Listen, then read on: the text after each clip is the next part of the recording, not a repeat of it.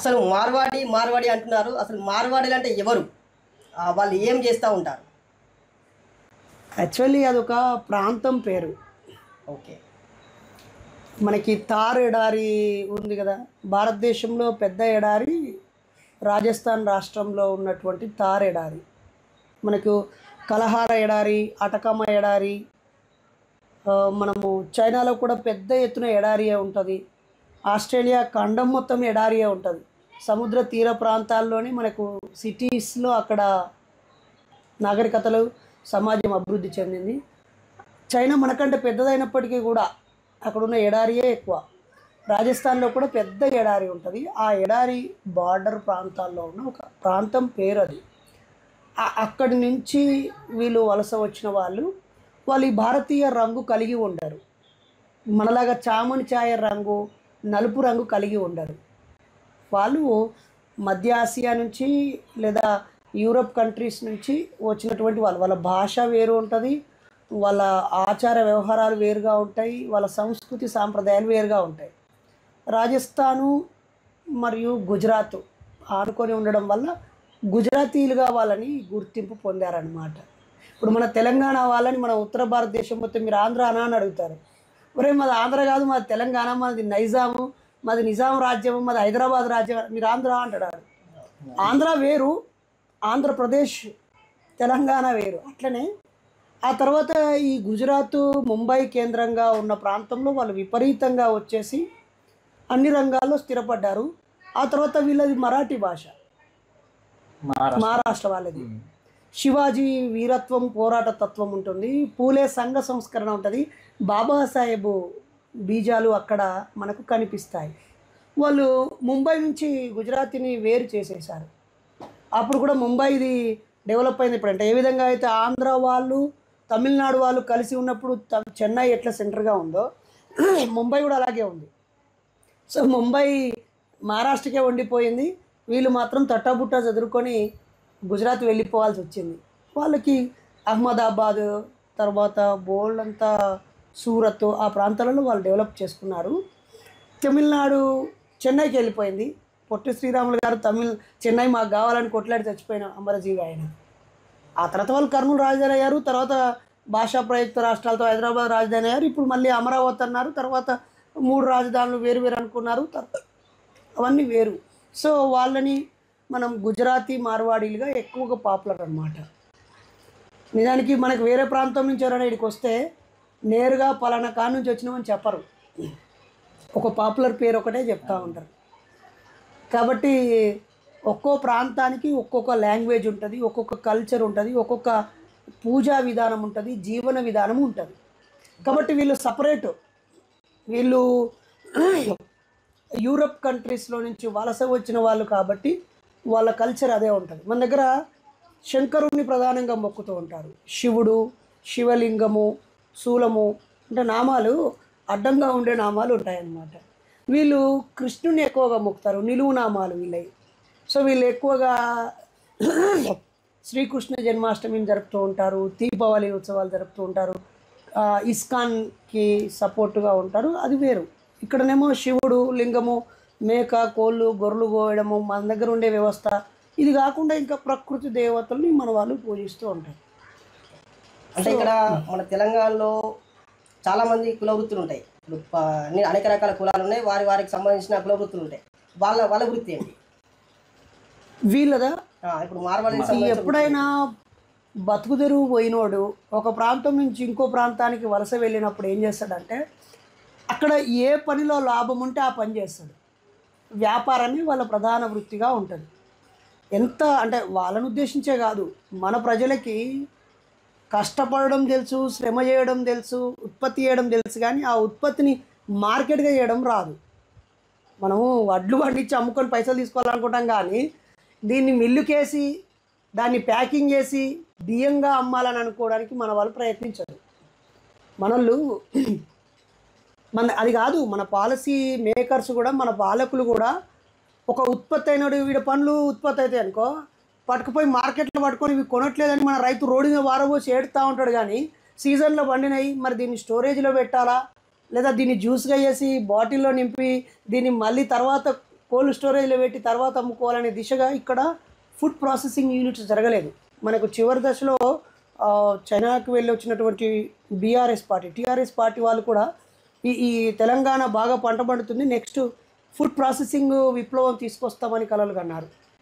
So దీని మీద గతంలో కాంగ్రెస్ కూడా చాలా పనులు చేసింది. పంట ఒక చోట పండుద్ది, ఆ పండిన పంట వ్యాపారి చేతిలోకి వెళ్తుంది. వ్యాపారి చేతిలోకి వెళ్ళేటప్పటికి అది 10 రూపాయలు ఉంటే వ్యాపారి చేతిలోకి వెళ్ళిన తర్వాత అది డబల్ అవుతూ మనం కొనడానికి 40 రూపాయలకు వస్తుంది అదే వస్తువు. ఒక్క మ్యాంగో మనం 10 రూపాయలకు మామిడికాయ వేయగలుగుతాం. దీన్ని బాటిల్లో పోసి 120 రూపాయలకు అమ్ముతున్నాడు వాడు నీకు. అదే బాటిల్ అంటే మనకు బాటిల్ అలవాటు చేసిండు కదా. కాబట్టి వ్యాపారం వాళ్ళ ప్రధాన వృత్తి.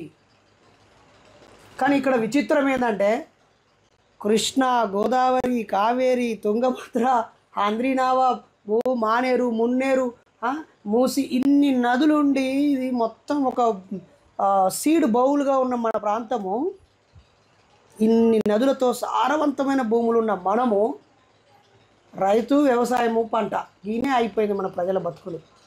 ఎడారి ఉన్నోడు ఆడు మాత్రం వ్యాపారం చేసుకొని దాన్ని మల్టిపుల్ చేసుకొని లాభాల మీద వాడు బతికేస్తూ ధనవంతుడు అవుతున్నాడు. మన వాళ్ళమే ఎడ్డిముఖం వేసుకొని కూర్చుంటున్నాం. మన దగ్గర ఒక పాలసీ ఉండదు. బాగా దోసుకునే దగ్గర నుంచి వెళ్ళి ఇంకా బాగా దోసుకుంటాను చేతిలోకి వెళ్తాడు. బ్రిటిష్ వాడు వెళ్ళిపోతూ కొన్ని రంగాలని అప్పుడున్న నెహ్రూ ప్రధాని ఈ దేశాన్ని సంక్షేమ దేశంగా భావిస్తూ అన్ని పబ్లిక్ సెక్టార్లో అన్ని ఉత్పత్తి కేంద్రాలను స్థాపించిండు. క్రమంగా వస్తూ ఉన్నటువంటి పాలకులందరూ, మరీ ముఖ్యంగా ఇప్పుడు వచ్చిన బీజేపీ పాలకులు, వీళ్ళు పబ్లిక్ సెక్టార్లో ఉంటే అన్ని కులాల వాళ్ళు ఉద్యోగాలు చేసి అన్ని కులాల వాళ్ళు అభివృద్ధి చెందితే అది మన చేతిలో ఉండదని చెప్పేసి దాన్ని క్రమక్రమంగా ఉపసంహరించుకుంటూ ప్రైవేట్ వాళ్ళ చేతిలో పెట్టారు. నిన్న ఒక జడ్జి మాట్లాడుతున్నాడు, అదేంటి అస్సాంలో 30,000 ఎకరాల ఒక కంపెనీకి ఇన్ని వేల ఎకరాలు ఇవ్వడం ఏంటి, ఒక జిల్లా మొత్తాన్ని ఇస్తారా అని ఒక జస్టిస్ అడుగుతున్నాడు. ఆదాని కంపెనీకి ఏదో ఇస్తున్నారంట. అన్న ఇప్పుడు వ్యాపారమే అన్నారు కదా, అంటే వ్యాపారం అంటే ఎటువంటి వ్యాపారాలు వాళ్ళు చేస్తున్నారు అసలు? అంటే ఇక్కడ మనము మీ చర్చ మార్వాడీల వ్యాపారం గురించా? మార్వాడీలు చేసే వ్యాపారం గురించి. నిజానికైతే ఇది సరైన ఆలోచన విధానం కాదు. ఒక వ్యక్తిని కార్నర్ చేయడం కానీ, ఒక వ్యవస్థని కార్నర్ చేయడం కానీ, ఒక సమాజాన్ని వేరు చేయడం కానీ సరైనది కాదు. దోపిడీని ప్రధాన సెంటర్గా చేసుకోవాలి, లేదా మోసాన్ని ప్రధాన సెంటర్గా చేసుకోవాలి, జరుగుతున్న నష్టాన్ని ప్రధాన సెంటర్గా చేసుకోవాలి, లేదా దీనికి పరిష్కార మార్గం దిశగా మీరు అంతకుముందు సైంటిఫిక్ స్టూడెంట్స్ ఫెడరేషన్లో ఉన్నారు, ఇప్పుడు యూత్ వింగ్లో ఉన్నారు, ఒక రకమైన ఆల్టర్నేటివ్ కల్చర్ గురించి ఆలోచిస్తున్నారు, హ్యుమానిటీతో ఉన్నారు, రేషనల్ థింకర్స్గా ఉన్నారు, అవునా కదా? ఈక్వాలిటీ గురించి ఆలోచిస్తారు, కాన్స్టిట్యూషన్ గురించి ఆలోచిస్తారు, హ్యుమానిటీతో ఉండే ఎథిస్టులతో ఉండే మీరు ఒక మార్వాడి కులాన్ని బేస్ చేసుకొని చర్చించడమే సరైనది కాదు. అసలు మార్వాడి కులమేనా? అసలు అది కులమా?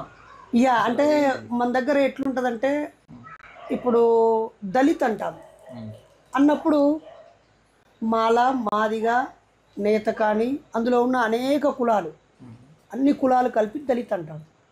నిజానికంటే దోపిడీకి పీడనకు గురయ్యే మనలాంటి వాళ్ళందరూ బీసీలు కూడా దళితులే. అస్పృశ్యత, అంటరానితనం ఒక్కొక్క చోట ఉంటారు. కాబట్టి వీళ్ళని ఒక సముదాయం మొత్తాన్ని మార్వాడి అన్నారు. కాబట్టి అక్కడ వాళ్ళ మధ్యలో ఉన్నటువంటి చిన్న చిన్న అంతరాలను పక్కన పెడితే మొత్తంగా వాళ్ళు వలస వచ్చిన వాళ్ళు, బతుకు తెరువు కోసం, పొట్టకూటి కోసం వీడికి వచ్చిన వాళ్ళు అలాగే ఉండకుండా అభివృద్ధి చెందారు. ఇక్కడి వనరులు, ఇక్కడి అవకాశాలని అందిపుచ్చుకొని వాళ్ళలో వాళ్ళకున్న స్నేహము, వాళ్ళలో వాళ్ళకున్న ఐకమత్యము, వాళ్ళలో వాళ్ళకున్నటువంటి ఒక రకమైన క్రమశిక్షణ వాళ్ళు ఫోకస్ చేసుకున్నారు. ఫోకస్ చేసి ముందుకెళ్ళిపోయారు. అంటే మీ ఉద్దేశం ఇప్పుడు తెలంగాణ ప్రాంతంలో ఉన్న ప్రజలకు ఐకమత్యము, స్నేహము, ప్రేమ అనేటి లేవనుకుంటున్నారా? అంటే నేను స్పష్టంగా చెప్పాలంటే ఒకవేళ ఐక్యతే ఉంటే ఇన్ని కొత్త సంఘాలు ఎందుకు పుట్టుకొస్తున్నాయి?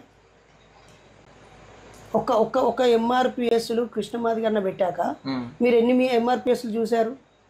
చాలా ఎంఆర్పిఎస్. ఎన్ని మాల మహానాడులు చూశారు? చూసారా చూడలేదా? ఒక గౌడ సంఘం ముందుకెళ్తే ఇంకో సంఘం పెడతలేరా? ఒక పద్మశాలి చేనేత సంఘం పెడితే ఇంకో సంఘం పెడతలేరా? అంటే ఇట్లా ఇట్లా మీరు యాన్నన్నా చూడండి, యాదవ సంఘాన్ని చూడండి, గౌడ సంఘాన్ని చూడండి, ముదిరాజు సంఘాన్ని చూడండి, ఎవరికి వాళ్ళు ఒకే కులంలో కూడా ఐక్యత ఉండదు.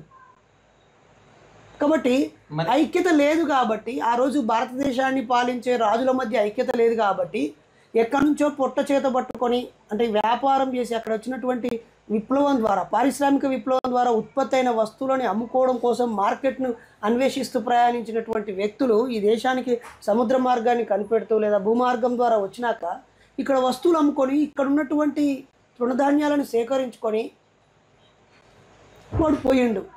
తర్వాత ఇక్కడ మార్కెట్ను చేసుకున్నాడు. ఆ తర్వాత ఈస్ట్ ఇండియా కంపెనీ పెట్టిండు. ఆ తర్వాత ఒక్కొక్క రాజుని ఆడ స్థావరాలు ఏర్పాటు చేసుకున్నాడు వాని సరుకుల కోసం. చుట్టూ గోడలు కట్టుకున్నాడు, రక్షణకు పోలీసులను పెట్టుకున్నాడు. ఆ తర్వాత ఇక్కడ ఉన్న రాజుల అనైక్యతను ఆసరాగా చేసుకొని వాడు రాజకీయంలో జోక్యం చేసుకున్నాడు. ఆ తర్వాత రాజ్యాలను కబలించుకున్నాడు.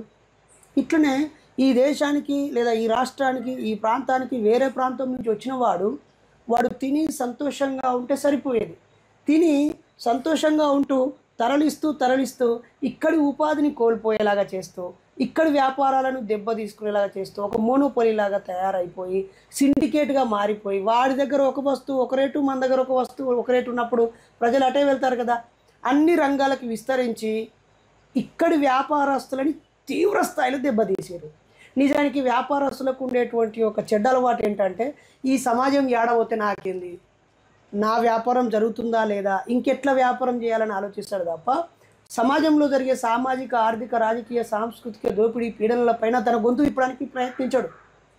ఎక్కడో ఎవరో ఒకరు కొద్దిమంది గొంతు విప్పొచ్చు లేదా జరిగే పోరాటాలకి ఆర్థికంగా సహాయాలు చేయొచ్చేమో, కానీ చాలామంది వ్యాపార రంగంలో ఉన్నవాళ్ళు ప్రత్యక్షంగా రోడ్ల మీదకి రావడానికి ఇష్టపడరు. అందుకే ఇక్కడ ఉన్నటువంటి ఇంతకాలం వ్యాపార రంగంలో ఉండేవాళ్ళు గ్రామీణ ప్రాంతాల్లో ముదిరాజులు. చాలా సరుకులు అమ్మేది వాళ్ళే. బట్టల వ్యాపారం చేసేవారు శాలలు, తర్వాత వడ్రంగి వాళ్ళు. మీరు గమనించండి, ముదిరాజే కోళ్ళ నుంచి మొదలుకుంటే ఉల్లిగడ్డల దాకా, అల్లం ఎల్లిగడ్డల నుంచి మొదలుకుంటే కూరగాయల దాకా గంపలను నెత్తిమే పెట్టుకొని వెళ్ళే వాళ్ళే ఉంటారు కదా.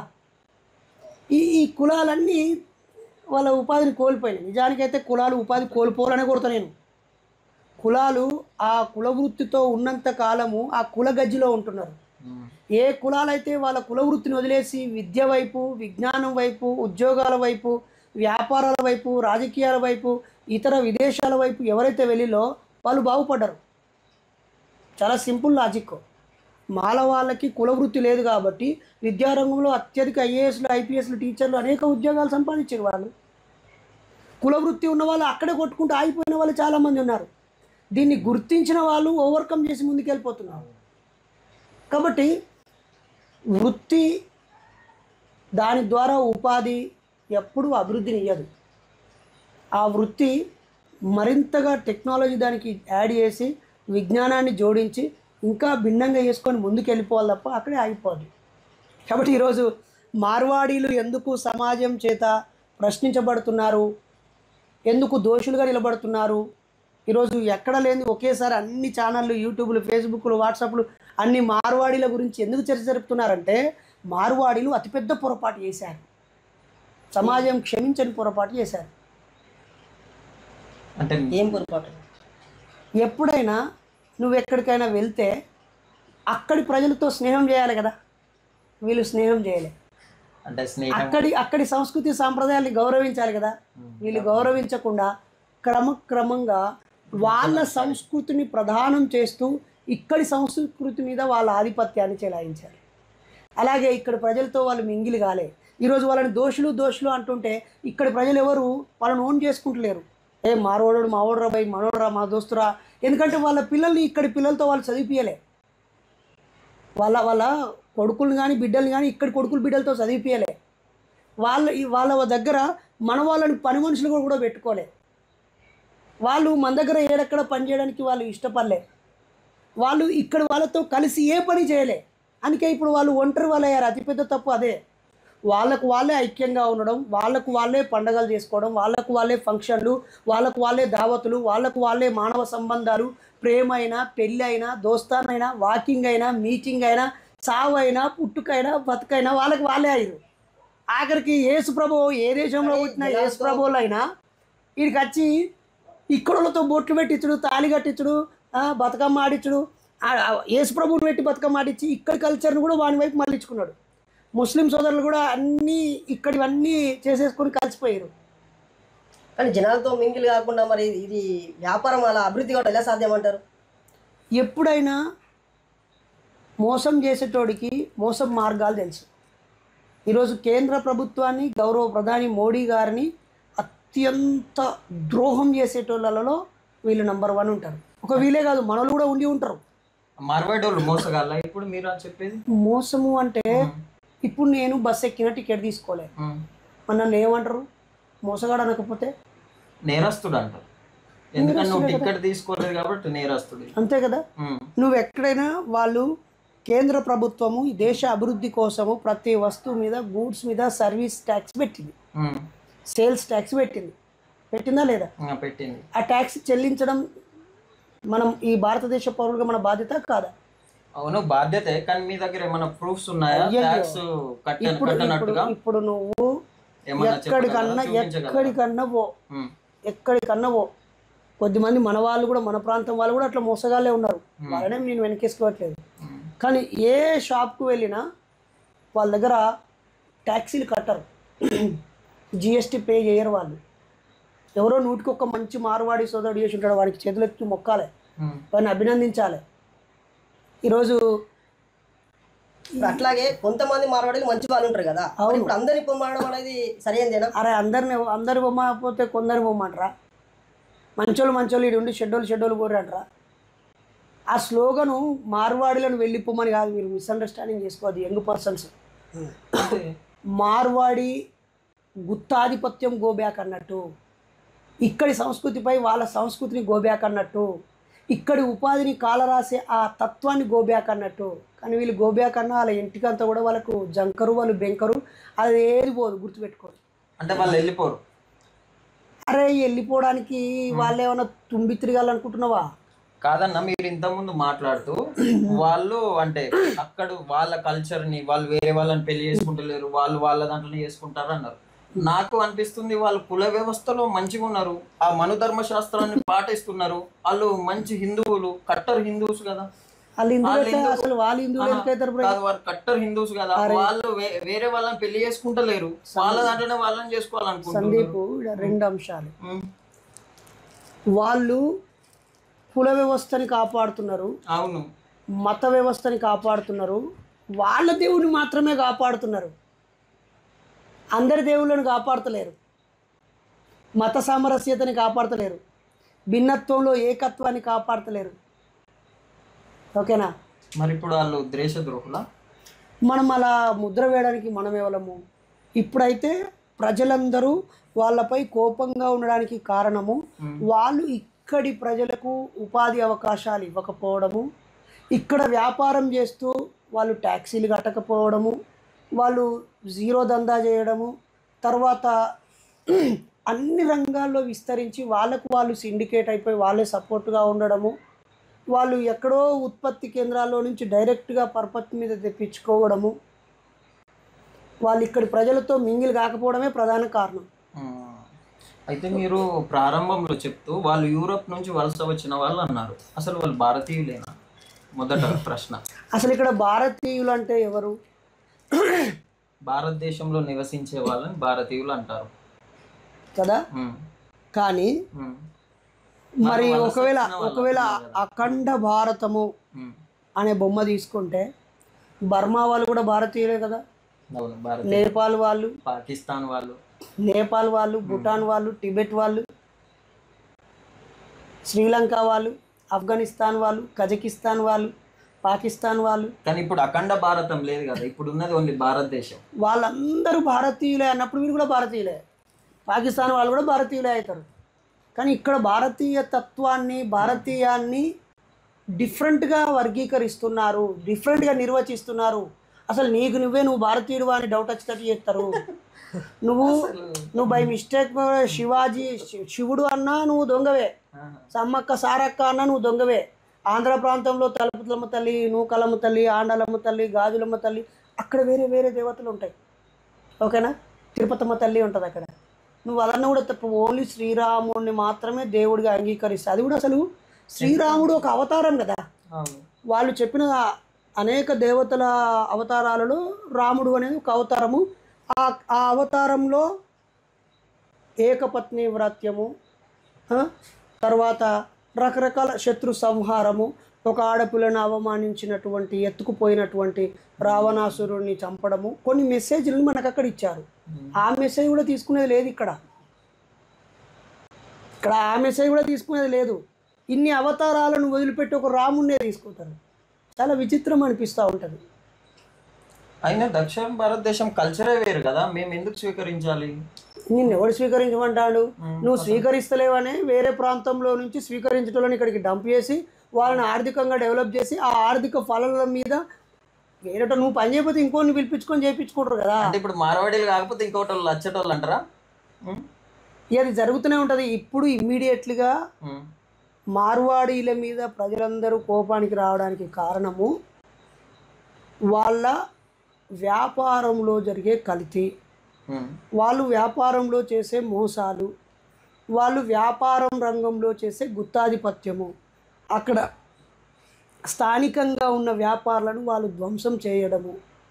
ధ్వంసం చేయడం అంటే బ్రదరు, నీ బాయి నా బాయి ఉన్నదనుకో, నేను పెద్ద బుల్రోజు పెట్టి ఇంకా బాగా తవ్వుకున్నా, నీ బాయి ఎండిపోదా? అప్పుడు నేను నీ బాయి ఎండగొట్టలేదు, నా బాయి లోతుగా తవ్వుకున్నా అంటే ఏమని అర్థం? దీనికి ప్రభుత్వాలే ఒకప్పుడు ముల్కీ పోరాటం జరిగింది. ఆ తెలంగాణలో ముల్కీ ఒప్పందాలు కూడా జరిగినాయి. నాన్ ముల్కీ గోబ్యాక్ అన్నారు. నాన్ ముల్కీ, ఇప్పుడు మార్వాడి గోబ్యాక్ కాదు, నాన్ ముల్కీ గోబ్యాక్ అనాల. అంటే ప్రాంతేతరులు, ఈ ప్రాంతం కాని వాళ్ళు ఇక్కడికి వచ్చి బతికితే తప్పు లేదు, బతకనిస్తే తప్పు లేదు, పని చేస్తే తప్పు లేదు, బాగుపడితే తప్పు లేదు. కానీ ఇక్కడి బతుకు తెరుగును ఆగం చేస్తే తప్పు. ఈరోజు క్రాంతిదళ్ పృథ్వీ అన్న పోరాటమైన, తెలంగాణ విఠలన్న గొప్ప విశ్లేషకుడు మేధావి ఆయన పోరాటమైన, లేదా గోరెట్ రమేష్ గాయకుడు గొప్ప గాయకుడు ఆయన పోరాటమైన, తెలంగాణ శ్యామ్ గారి పోరాటమైన, ఇంకొకరి పోరాటమైన, ఎవరి పోరాటమైనా అరే ఇక్కడి మా అస్తిత్వాన్ని దెబ్బతీస్తున్నావు అని కదా.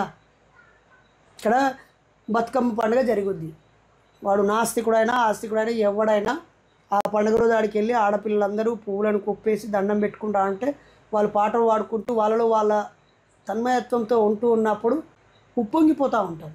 బహుజన బతుకమ్మ అని ఇప్పటికీ కొంతమంది దళితుల్ని ఆ చెరువులో బతుకమ్మ వేయనీయకుండా ఆడనీయకుండా ఉన్న వాళ్ళని విమలక్క వచ్చి బహుజన బతుకమ్మని వాళ్ళని ఆడిస్తూ వాళ్ళని కలిపే ప్రయత్నం చేస్తుంటారు. ఇప్పటికి కూడా బతుకమ్మ కాడికి మీరు ఎక్కడికన్నా పోరి, ఏ కులమో ఆ కులమే గుండ్రగా చక్రం ఆట ఆడుతుంటారు. ఎవడన్నా ఒకప్పుడు 10-20 ఏళ్ళ క్రితము కలిసి క్లాస్మేట్లుగా చదువుకున్న ఆడవాళ్ళే కలిసి పలకరించుకుంటారు. కానీ ఇప్పుడు ఎట్లాగూ ఎవరి స్కూల్ వాళ్ళకైనా, రెడ్డిల స్కూల్ వేరే, దొరల స్కూల్ వేరే, బీసీల స్కూల్ వేరే, ఎస్సీల స్కూల్ వేరే అయిపోయినట్టున్నది. కాబట్టి ఇప్పుడు ఆ బతుకమ్మని ఈ మార్వాడి వాళ్ళ దాండియా డామినేట్ చేస్తాను. ఇప్పుడు దాండియా అనగానే గుజరాత్ దాండియా అంటాం, భరతనాట్యం అనగానే మన రాష్ట్రం పేరు వస్తుంది, కూచిపూడి అనగానే పలానా ప్రాంతం అంటాము, కథాకళి అనగానే మనకు ఒక కేరళ గుర్తుకొస్తుంది ఒక్కొక్క నృత్యానికి. ఇప్పుడు గుజరాత్ గుర్తుకొస్తలేదు దాండియా అంటే, బతుకమ్మ కాడ దాండియా ఆడుతూ ఉన్నారు అందరూ.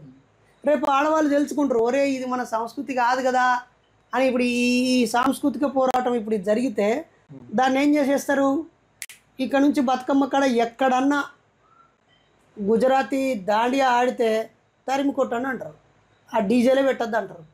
అంటే మీరు చెప్పిన విధంగా చూసుకుంటే మార్వాడి వాళ్ళకి బిజినెస్ స్కిల్స్ ఉన్నాయి, లైఫ్ స్కిల్స్ ఉన్నాయి, అంటే లైఫ్లో ఎలా బతకాలని. తెలంగాణ వాళ్ళకి బిజినెస్ స్కిల్స్, లైఫ్ స్కిల్స్ అనేది తక్కువనే అని అంటున్నారు.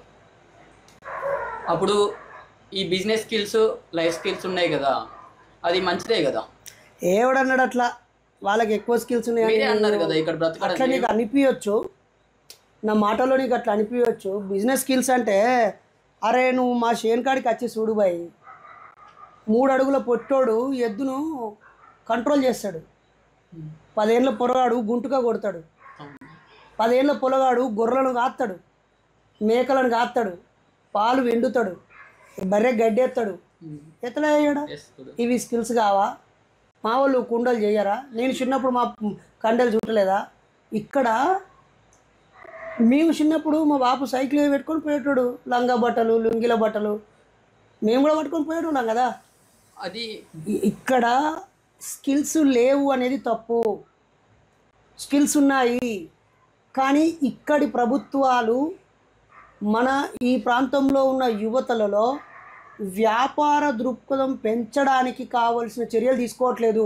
వాడు సెల్ ఫోన్ చూసి సొల్లు కబుర్లు పెట్టాలి, క్రికెట్ చూడాలి, సినిమా చూడాలి, ఫోర్న్ సైట్లు చూడాలి, సెల్ ఫోన్లో గేమ్లు ఆడుకోవాలి, లేకపోతే ఆ రాయికి వెనకాల జిందాబాద్ కొట్టాలి, బీరు బిర్యానీ తాగాలి, పండాలి.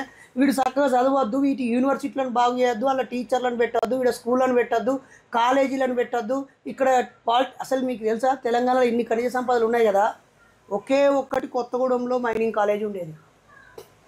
తర్వాత ఆంధ్రాబాద్లో కోదాడులో ప్రైవేట్ కాలేజీలో దాంట్లో ఉండేది తెలుసా. ఇప్పుడు మన బయ్యారంలో ఉక్కు పరిశ్రమ ఉన్నదంటాం. అక్కడ ఉక్కు పరిశ్రమ శాంక్షన్ చేస్తారు, 50,000 కోట్లు పెడతారు, లేదా ఒక పెద్ద ఇండస్ట్రీ పెడతారు. రేపు ఆడ ఉద్యోగస్తుడు ఎవడవుతాడు?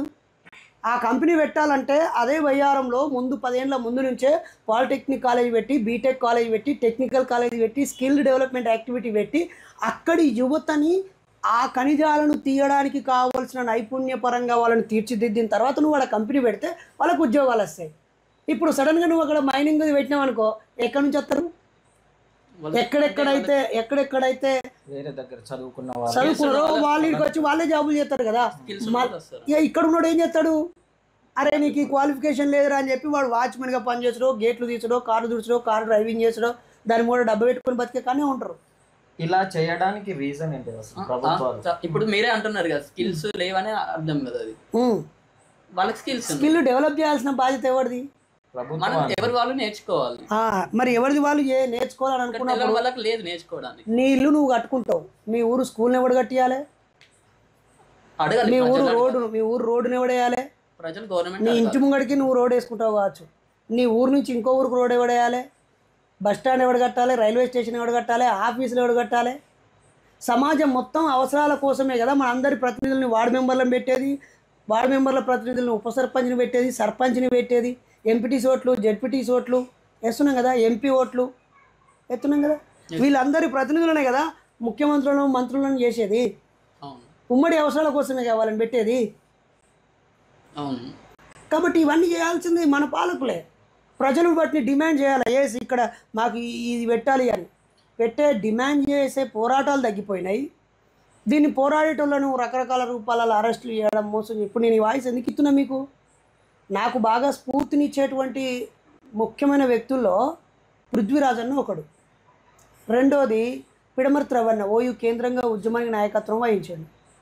వాళ్ళ గొంతును నొక్కేయడము, పాట పాడినందుకు రమేష్ని అరెస్ట్ చేయడము, శ్యామ్ని అరెస్ట్ చేయడం, మాట్లాడినందుకు శ్యామ్ని అరెస్ట్ చేయడం. శ్యామ్ ఏం వ్యాపారి కాదు కదా, ఏం బంగారం షాపు లేవానికి. లేదా ఇక్కడ ఉన్నటువంటి మొత్తం మెడకలు. అసలు తెలంగాణ ప్రభుత్వం కూడా ఈ మార్వాడీల మీద ఒక అధ్యయనం చేస్తూ ఒక కమిటీ వేయాలి. అసలు వాళ్ళు ఏ రంగాలలో స్థిరపడ్డారు, వాళ్ళు ట్యాక్సీలు కరెక్ట్గా కడుతున్నారా, వాళ్ళు ఇక్కడ ఎంత రియల్ ఎస్టేట్ భూములు వాళ్ళని ఆక్రమించుకున్నారు, మీ గచ్చిబౌలిలో అపార్ట్మెంట్లు అన్నీ ఎవరి ఉంటున్నాయి. అది ఒక పెళ్ళికి నేను అనుకోకుండా వెళ్ళాను, నాకు తెలిసిన ఫ్రెండ్ పిలిస్తే. అరే బాప్రే 500 నోట్లు చల్లుతున్నారు బాయ్ పెళ్లి కొడుకు మీద. మొత్తం ఒక 50 నుంచి 100 మంది ఇట్లా రంగురంగుల చెత్తిళ్ళు పట్టుకున్నారు. సరే వాళ్ళ పెళ్ళినంత ఆర్భాటంగా చేసుకోవడం వాళ్ళ ఇష్టంలే, నాకేంది. కానీ ఈ మోసటోళ్ళు 50 మంది మనోళ్ళు, అతను గుర్రం మీద ఎక్కి ఆయన ఉన్నాడు, మొత్తం బంధువులందరికీ తలపాగా చుట్టారు. అరే ఇదేదో బాగుంది అనిపించింది నాకు. నేను దాన్ని వాళ్ళని ద్వేషించట్లేదు, కానీ ఈ అపార్ట్మెంట్ మొత్తం మార్వాడిలే అన్నాడు.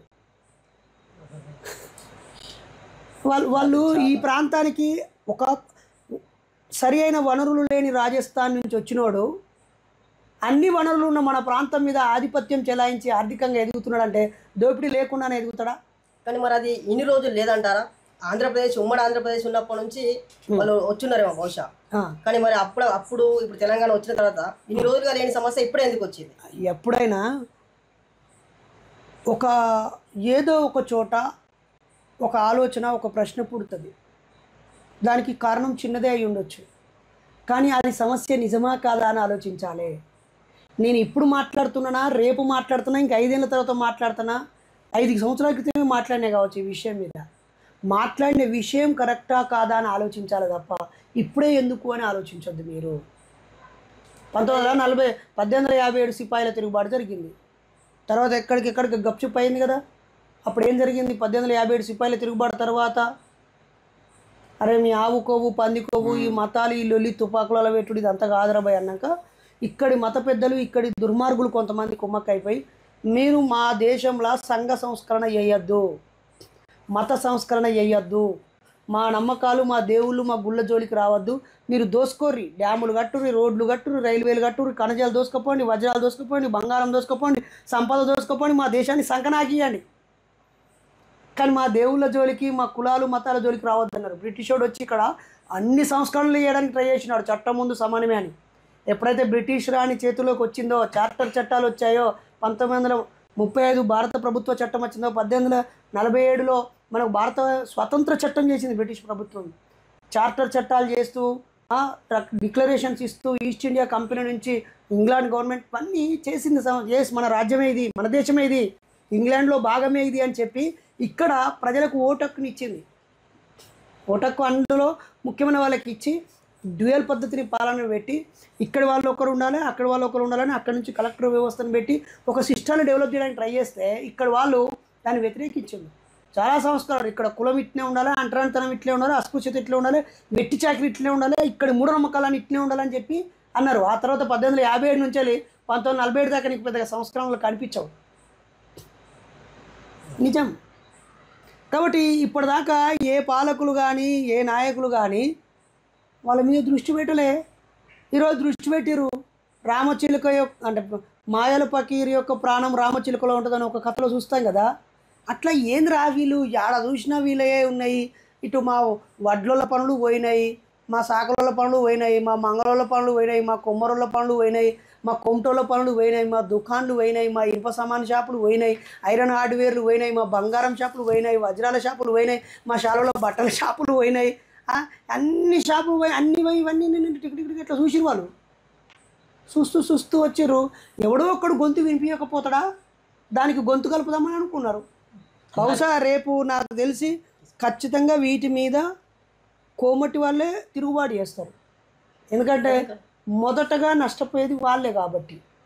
వాళ్ళేం గొప్పలో నేను అనట్లేదు, వాళ్ళకి నేను అండగా నిలబడతాంట్లేను, వాళ్ళు పోరాడని అనట్లేదు. లాడ చూసినా కోమటి వాళ్ళు వాళ్ళ పిల్లల్ని చదివించి వేరే దేశాలకు దేశం దాటిచ్చేసిళ్ళు. కోమటి వాళ్ళు వాళ్ళ పిల్లల్ని మహానగరాల్లో సంపన్న ప్రదేశాలకు షిఫ్ట్ చేసిళ్ళు. అక్కడ అడపా కొద్దిమంది పేదరికంలో ఉన్న కోమటన్నలు బిడ్డలు ఉంటారు, కానీ వాళ్ళ సంఖ్య తక్కువ. ఉన్న వాళ్ళందరూ వ్యాపారాలు చేసుకొని బంగారం కలిగి ఉండి, భూమిని కలిగి ఉండి, సంపదను కలిగి ఉన్నారు. వాళ్ళకి ఈ సమస్య పెద్ద సమస్యే కాదు. కాకపోతే ఎవరైతే బీసీ కులాల్లో నుంచి వ్యాపారాన్ని అందిపుచ్చుకొని ఆయా మామూలు పట్టణాలలో గ్రామాలలో వ్యాపార రంగంలో స్థిరపడరో వాళ్ళనోళ్ళు అలా మనుగొట్టి వీళ్ళు. ఒక వీలే కాదు అసలు. ఇప్పుడు ఇది ఇట్లా జరుగుతుంది కదా, ఎక్కడి నుంచో వస్తాడు, అజ్మీరీ కళాకారులు పట్టుకొని వస్తాడు, బెంగళూరు బేకర్ వస్తాడు, మైసూరు బోండా పట్టుకొస్తాడు, కర్ణాటక ఉడిపి హోటల్ పట్టుకొని వస్తాడు. నిజమా కదా? కేరళ మోడల్ స్కూల్ వచ్చినాయి. కేరళ నుంచి తండోపతండాలుగా వేలాది మంది లక్షలాది మంది వచ్చారు తెలుసా. కేరళ మోడల్ స్కూల్ పెట్టేసారు. ఇప్పుడు అవన్నీ ఓవర్కమ్ అయిపోయి రకరకాల రావోసు, టెక్నోలు, కృష్ణవేణులు, రకరకాల శ్రీ చైతన్య నారాయణ స్కూళ్ళు కాలేజీలు వచ్చేసినాయి కదా. కానీ తెలంగాణ ప్రజలు ఎలా చూస్తున్నారంటే మోండా మార్కెట్లో ఒక ట్రాఫిక్లో కార్ ఆగడం, ఆ తర్వాత గొడవ జరగడం, దాని తర్వాత దాడి జరగడం, ఆ తర్వాతనే ఇది లేవనెత్తిరు, ఇది ఒక కుట్రలాగానే జరుగుతుందని చెప్పి కొంతమంది మాట్లాడుతూ ఉన్నారు. నిజంగా కూడా మనందరం 2 చేతులు ఎక్కి బాబాసాహెబ్ కులానికి లేదా ఎస్సీకి ఇట్లా 2 చేతులు ఎక్కి దండం పెట్టాలి. ఒక బీసీఓని ఎవడన్నది అంతే, నేను ఒక బీసీని తంతే ఇంకో బీసీఓడు రానే రాడు, వీడు మన కులమా అని చూస్తాడు. బైర్నరే షాలోడు కదా, మేము గౌన్లోళ్ళం, మేము మున్నూరు కాపోళ్ళం, మేము ముదిరాజోళ్ళం, మేము గొల్లోళ్ళం అని చూస్తాడు. వీడు మా షాలోడు కాదు. షాలోడు కూడా స్పందించడు ఒక్కొక్కసారి, ఓకేనా.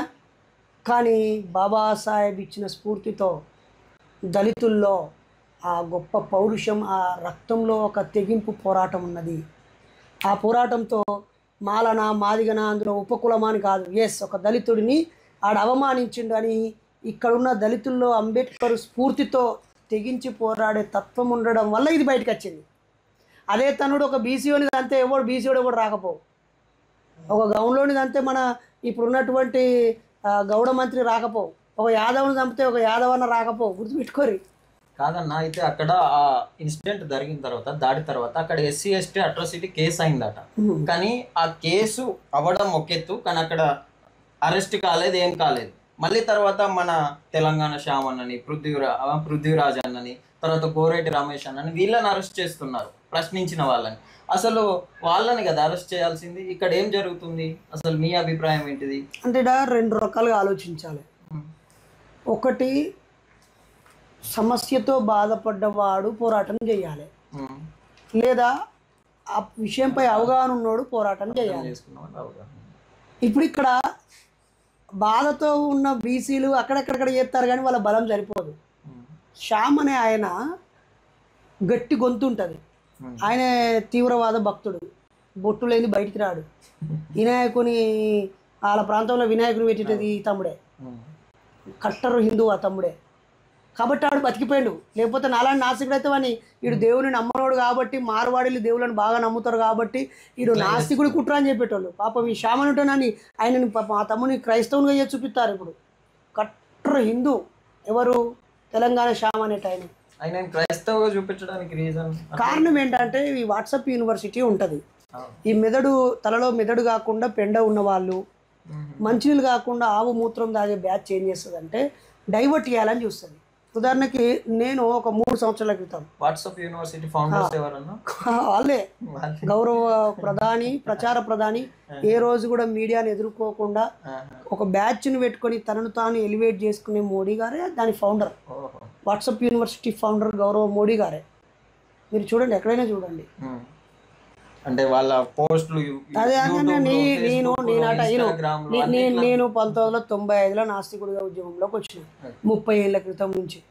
ఇప్పుడు నిన్న మొన్నటి బచ్చగానే కాదు. నేను ఉస్మానియా యూనివర్సిటీలో PhD చేసిన, తెలంగాణ ఉద్యమంలో ప్రత్యక్షంగా పాల్గొన్నాను, అందరికి తెలిసిన విషయమే. నన్నే నేను పోయి జైలు ఉంటే నేను బయటకు వచ్చినాక చూసుకుంటే వీడు తమిళనాడు నుంచి వచ్చినోడు, వీడు కేరళ క్రిస్టియన్, వీడు బీజేపీ తొత్తు అని పెట్టినోడు. మంచి విషయం. తెలంగాణ రాష్ట్రంలో ఇంత జరుగుతూ ఉంది అంటే చాలా మంది గొంతులు మాట్లాడు, మన రమేష్ అన్న కావచ్చు, తర్వాత తెలంగాణ శ్యామ్ అన్న కావచ్చు, పృథ్వీ అన్న, చాలా మంది మాట్లాడుతున్నారు. ఇంతమంది మేధావులు మాట్లాడుతున్నప్పుడు, వాయిస్ ఇస్తున్నప్పుడు జయరాజన్ కూడా తన ఫేస్బుక్ లో అనేక సార్లు తన మాటలు పెడతా ఉన్నారు, మెసేజ్ చేస్తా ఉన్నారు. కానీ మీరు ఇంతకాలంగా వాయిస్ ఇవ్వకపోవడానికి కారణం ఏంటి? మీరు బయట అంటే ఎక్కువ తిరగడానికి, ఎంజాయ్ చేయడానికి టైం ఇస్తున్నట్టు అనిపిస్తుంది. అంటే ఎంజాయ్ చేయకూడదు అని ఊకే ఏడ్చుకుంటూనే కూర్చోవాలన్నా?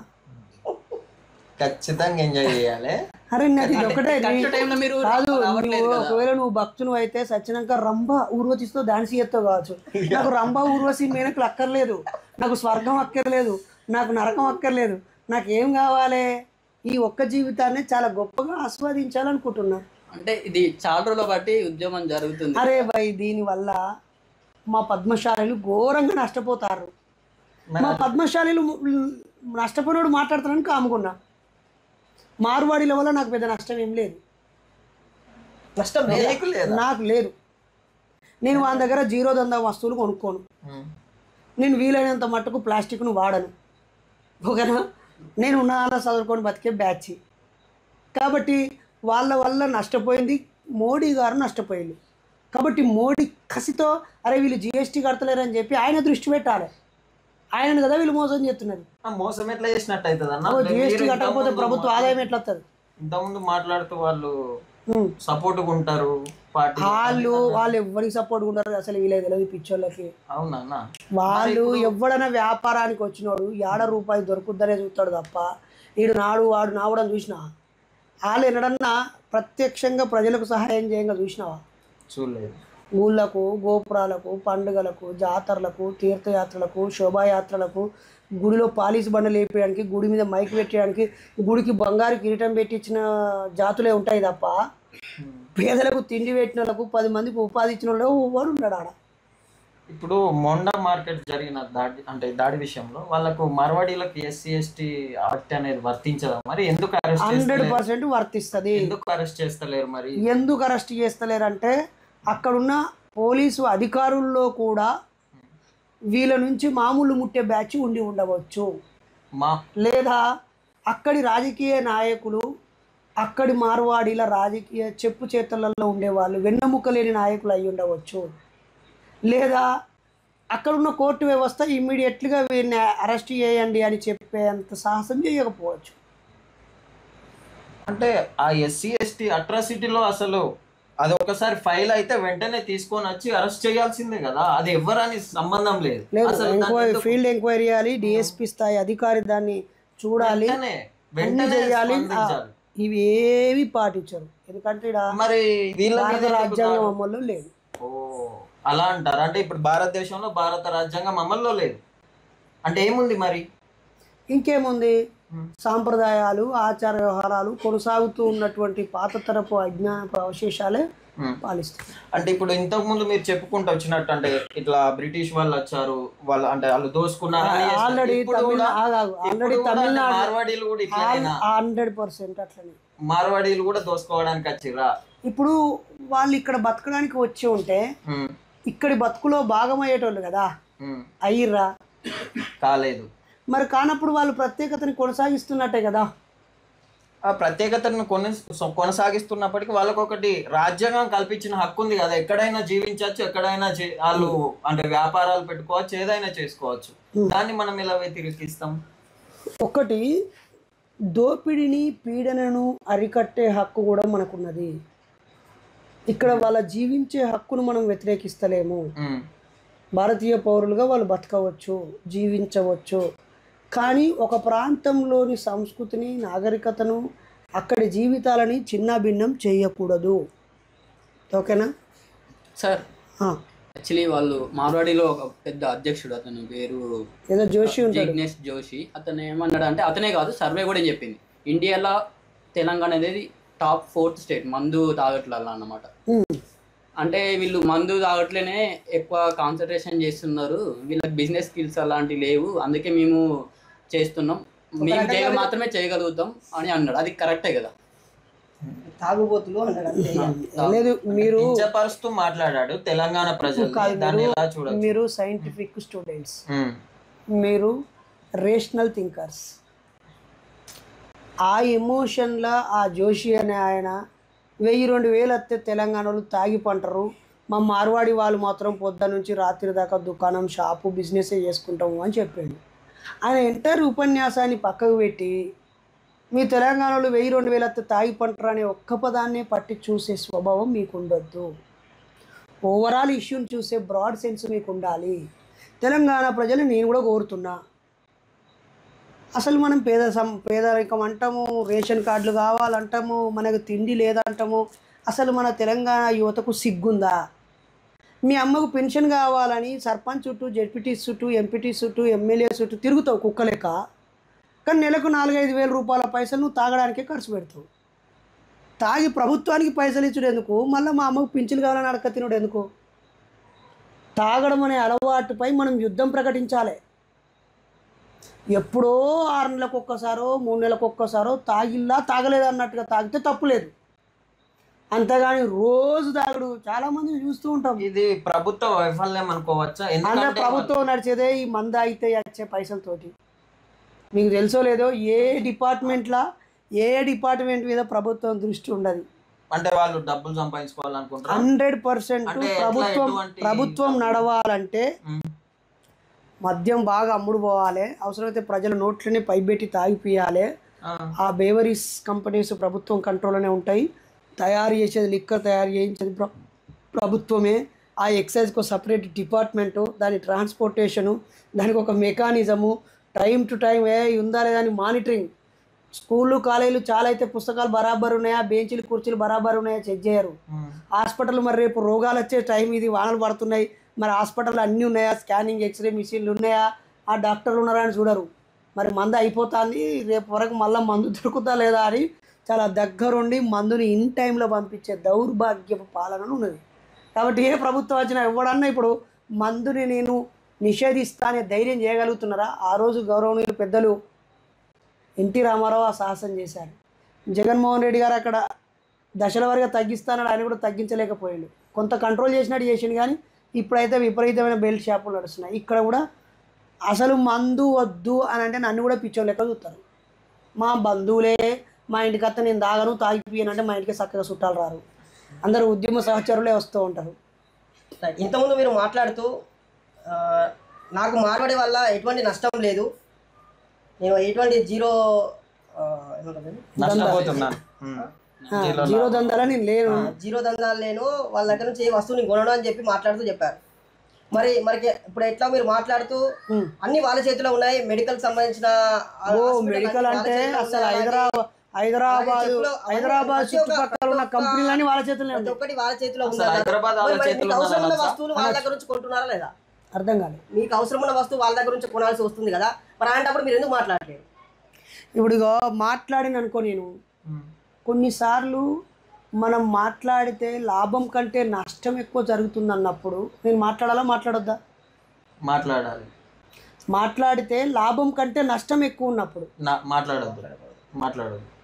అలా మాట్లాడకుండా ఉండడము సరైంది కాదా? అంటే ఇక్కడ నష్టం ఏంటి? అది నేను మూఢనమ్మకాల నిర్మూలన ఉద్యమంలో ఉన్నా, నేను నాస్తికోద్యమంలో ఉన్నా, నేను దేవుణ్ణి విశ్వసించని వ్యక్తిని. ఇప్పుడు ఈ విషయం మీద నేను మాట్లాడితే స్పష్టంగా మార్వాడీలు దేవుణ్ణి అధికంగా పూజిస్తారు, మార్వాడీలు భక్తితో ఉన్నారు, కాబట్టి వాళ్ళ భక్తికి వ్యతిరేకం నాస్తికుడు నరేష్, కాబట్టి వీడు నాస్తికత్వాన్ని జోడించి నాస్తికుడు ఎత్తిన ఉద్యమాన్ని కించపరుస్తారు, పక్కదారి పడుతుంది, నన్ను తప్పుగా చిత్రీకరిస్తారు. వీడికి సహజంగానే దేవుడు అంటే ఇష్టం ఉండదు కాబట్టి వాళ్ళు రోజు పొద్దున్న లేస్తే పూజ చేస్తారు. కాబట్టి నా వ్యక్తిగత లేదా నా జీవితాశయము లేదా నా ఉద్యమాన్ని దీనికి లింకు చేసి దీన్ని డైవర్ట్ చేస్తారని చెప్పి నేను మాట్లాడకుండా ఉన్నాను. మరి ఇన్ని రోజులు అంటే ఆ నష్టం కలుగుతుందని ఉద్యమానికి అన్నవాడివి, మరి ఇప్పుడు ఎందుకు మాట్లాడాల్సి వస్తుంది? మీలాంటి యువకులు గుచ్చి పొడిస్తే మాట్లాడుతున్నా. సరే, ఇప్పుడు ఈ పోరాటంలో మీ మద్దతు ఉంటుందా? ఈ పోరాటమే కాదు, ఏ ప్రాంతంలోనైనా ఆ ప్రాంతేతరుడు ఆ ప్రాంతాన్ని దోపిడీ చేసినా, కలుషితం చేసినా, మోసం చేసినా, నష్టం చేసినా నేను దోపిడీకి, పీడనకు, మోసానికి వ్యతిరేకిని. కాబట్టి ఆడ దోపిడీ పీడన ఉంది అని అంటే దానికి వ్యతిరేకంగా నేను కంపల్సరీగా మద్దతు ఇస్తా. అయినా నా మద్దతు పెద్దగా అక్కర్లేదు, ఎందుకంటే ఇప్పుడు వాళ్ళ వల్ల నష్టపోయిన సబ్బండ వర్ణాలు రోడ్ల మీదకి వస్తున్నాయి, సబ్బండ వర్ణాలు దాన్ని ఓన్ చేసుకుంటున్నాయి. మరీ ముఖ్యంగా ఇక్కడ ఉన్నటువంటి హిందూ సోదరులు మేల్కొంటున్నారు, మనము హిందువులమే, వాడు హిందువే, మనము దేవుని మొక్కుతున్నాం, వాళ్ళు దేవుని మొక్కుతున్నారు.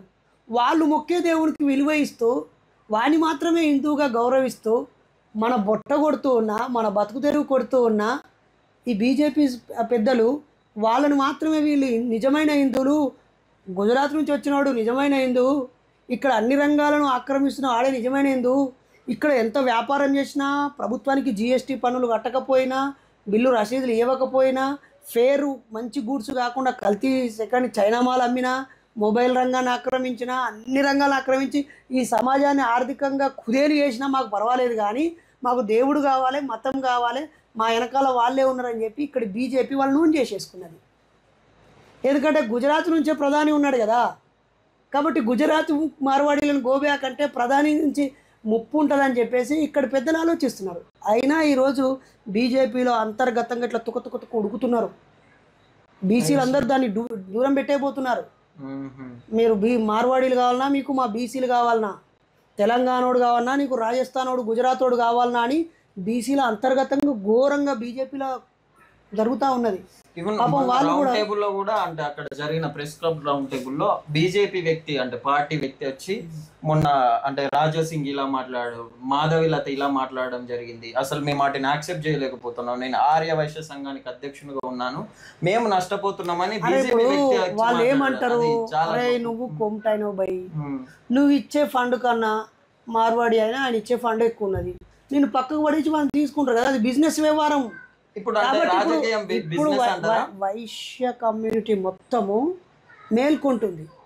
ఓర్ని అంటే ఇంతకాలం మన నిధులతో బాగుపడ్డటువంటి బీజేపీ ఇప్పుడు మార్వాడి వాళ్ళ నిధులకు మరిగింది, మమ్మల్ని పక్కకు పెట్టింది అని చెప్పేసి వైశ్యులందరూ బీజేపీని శత్రువుగా భావించే రోజులు వచ్చేసినాయి.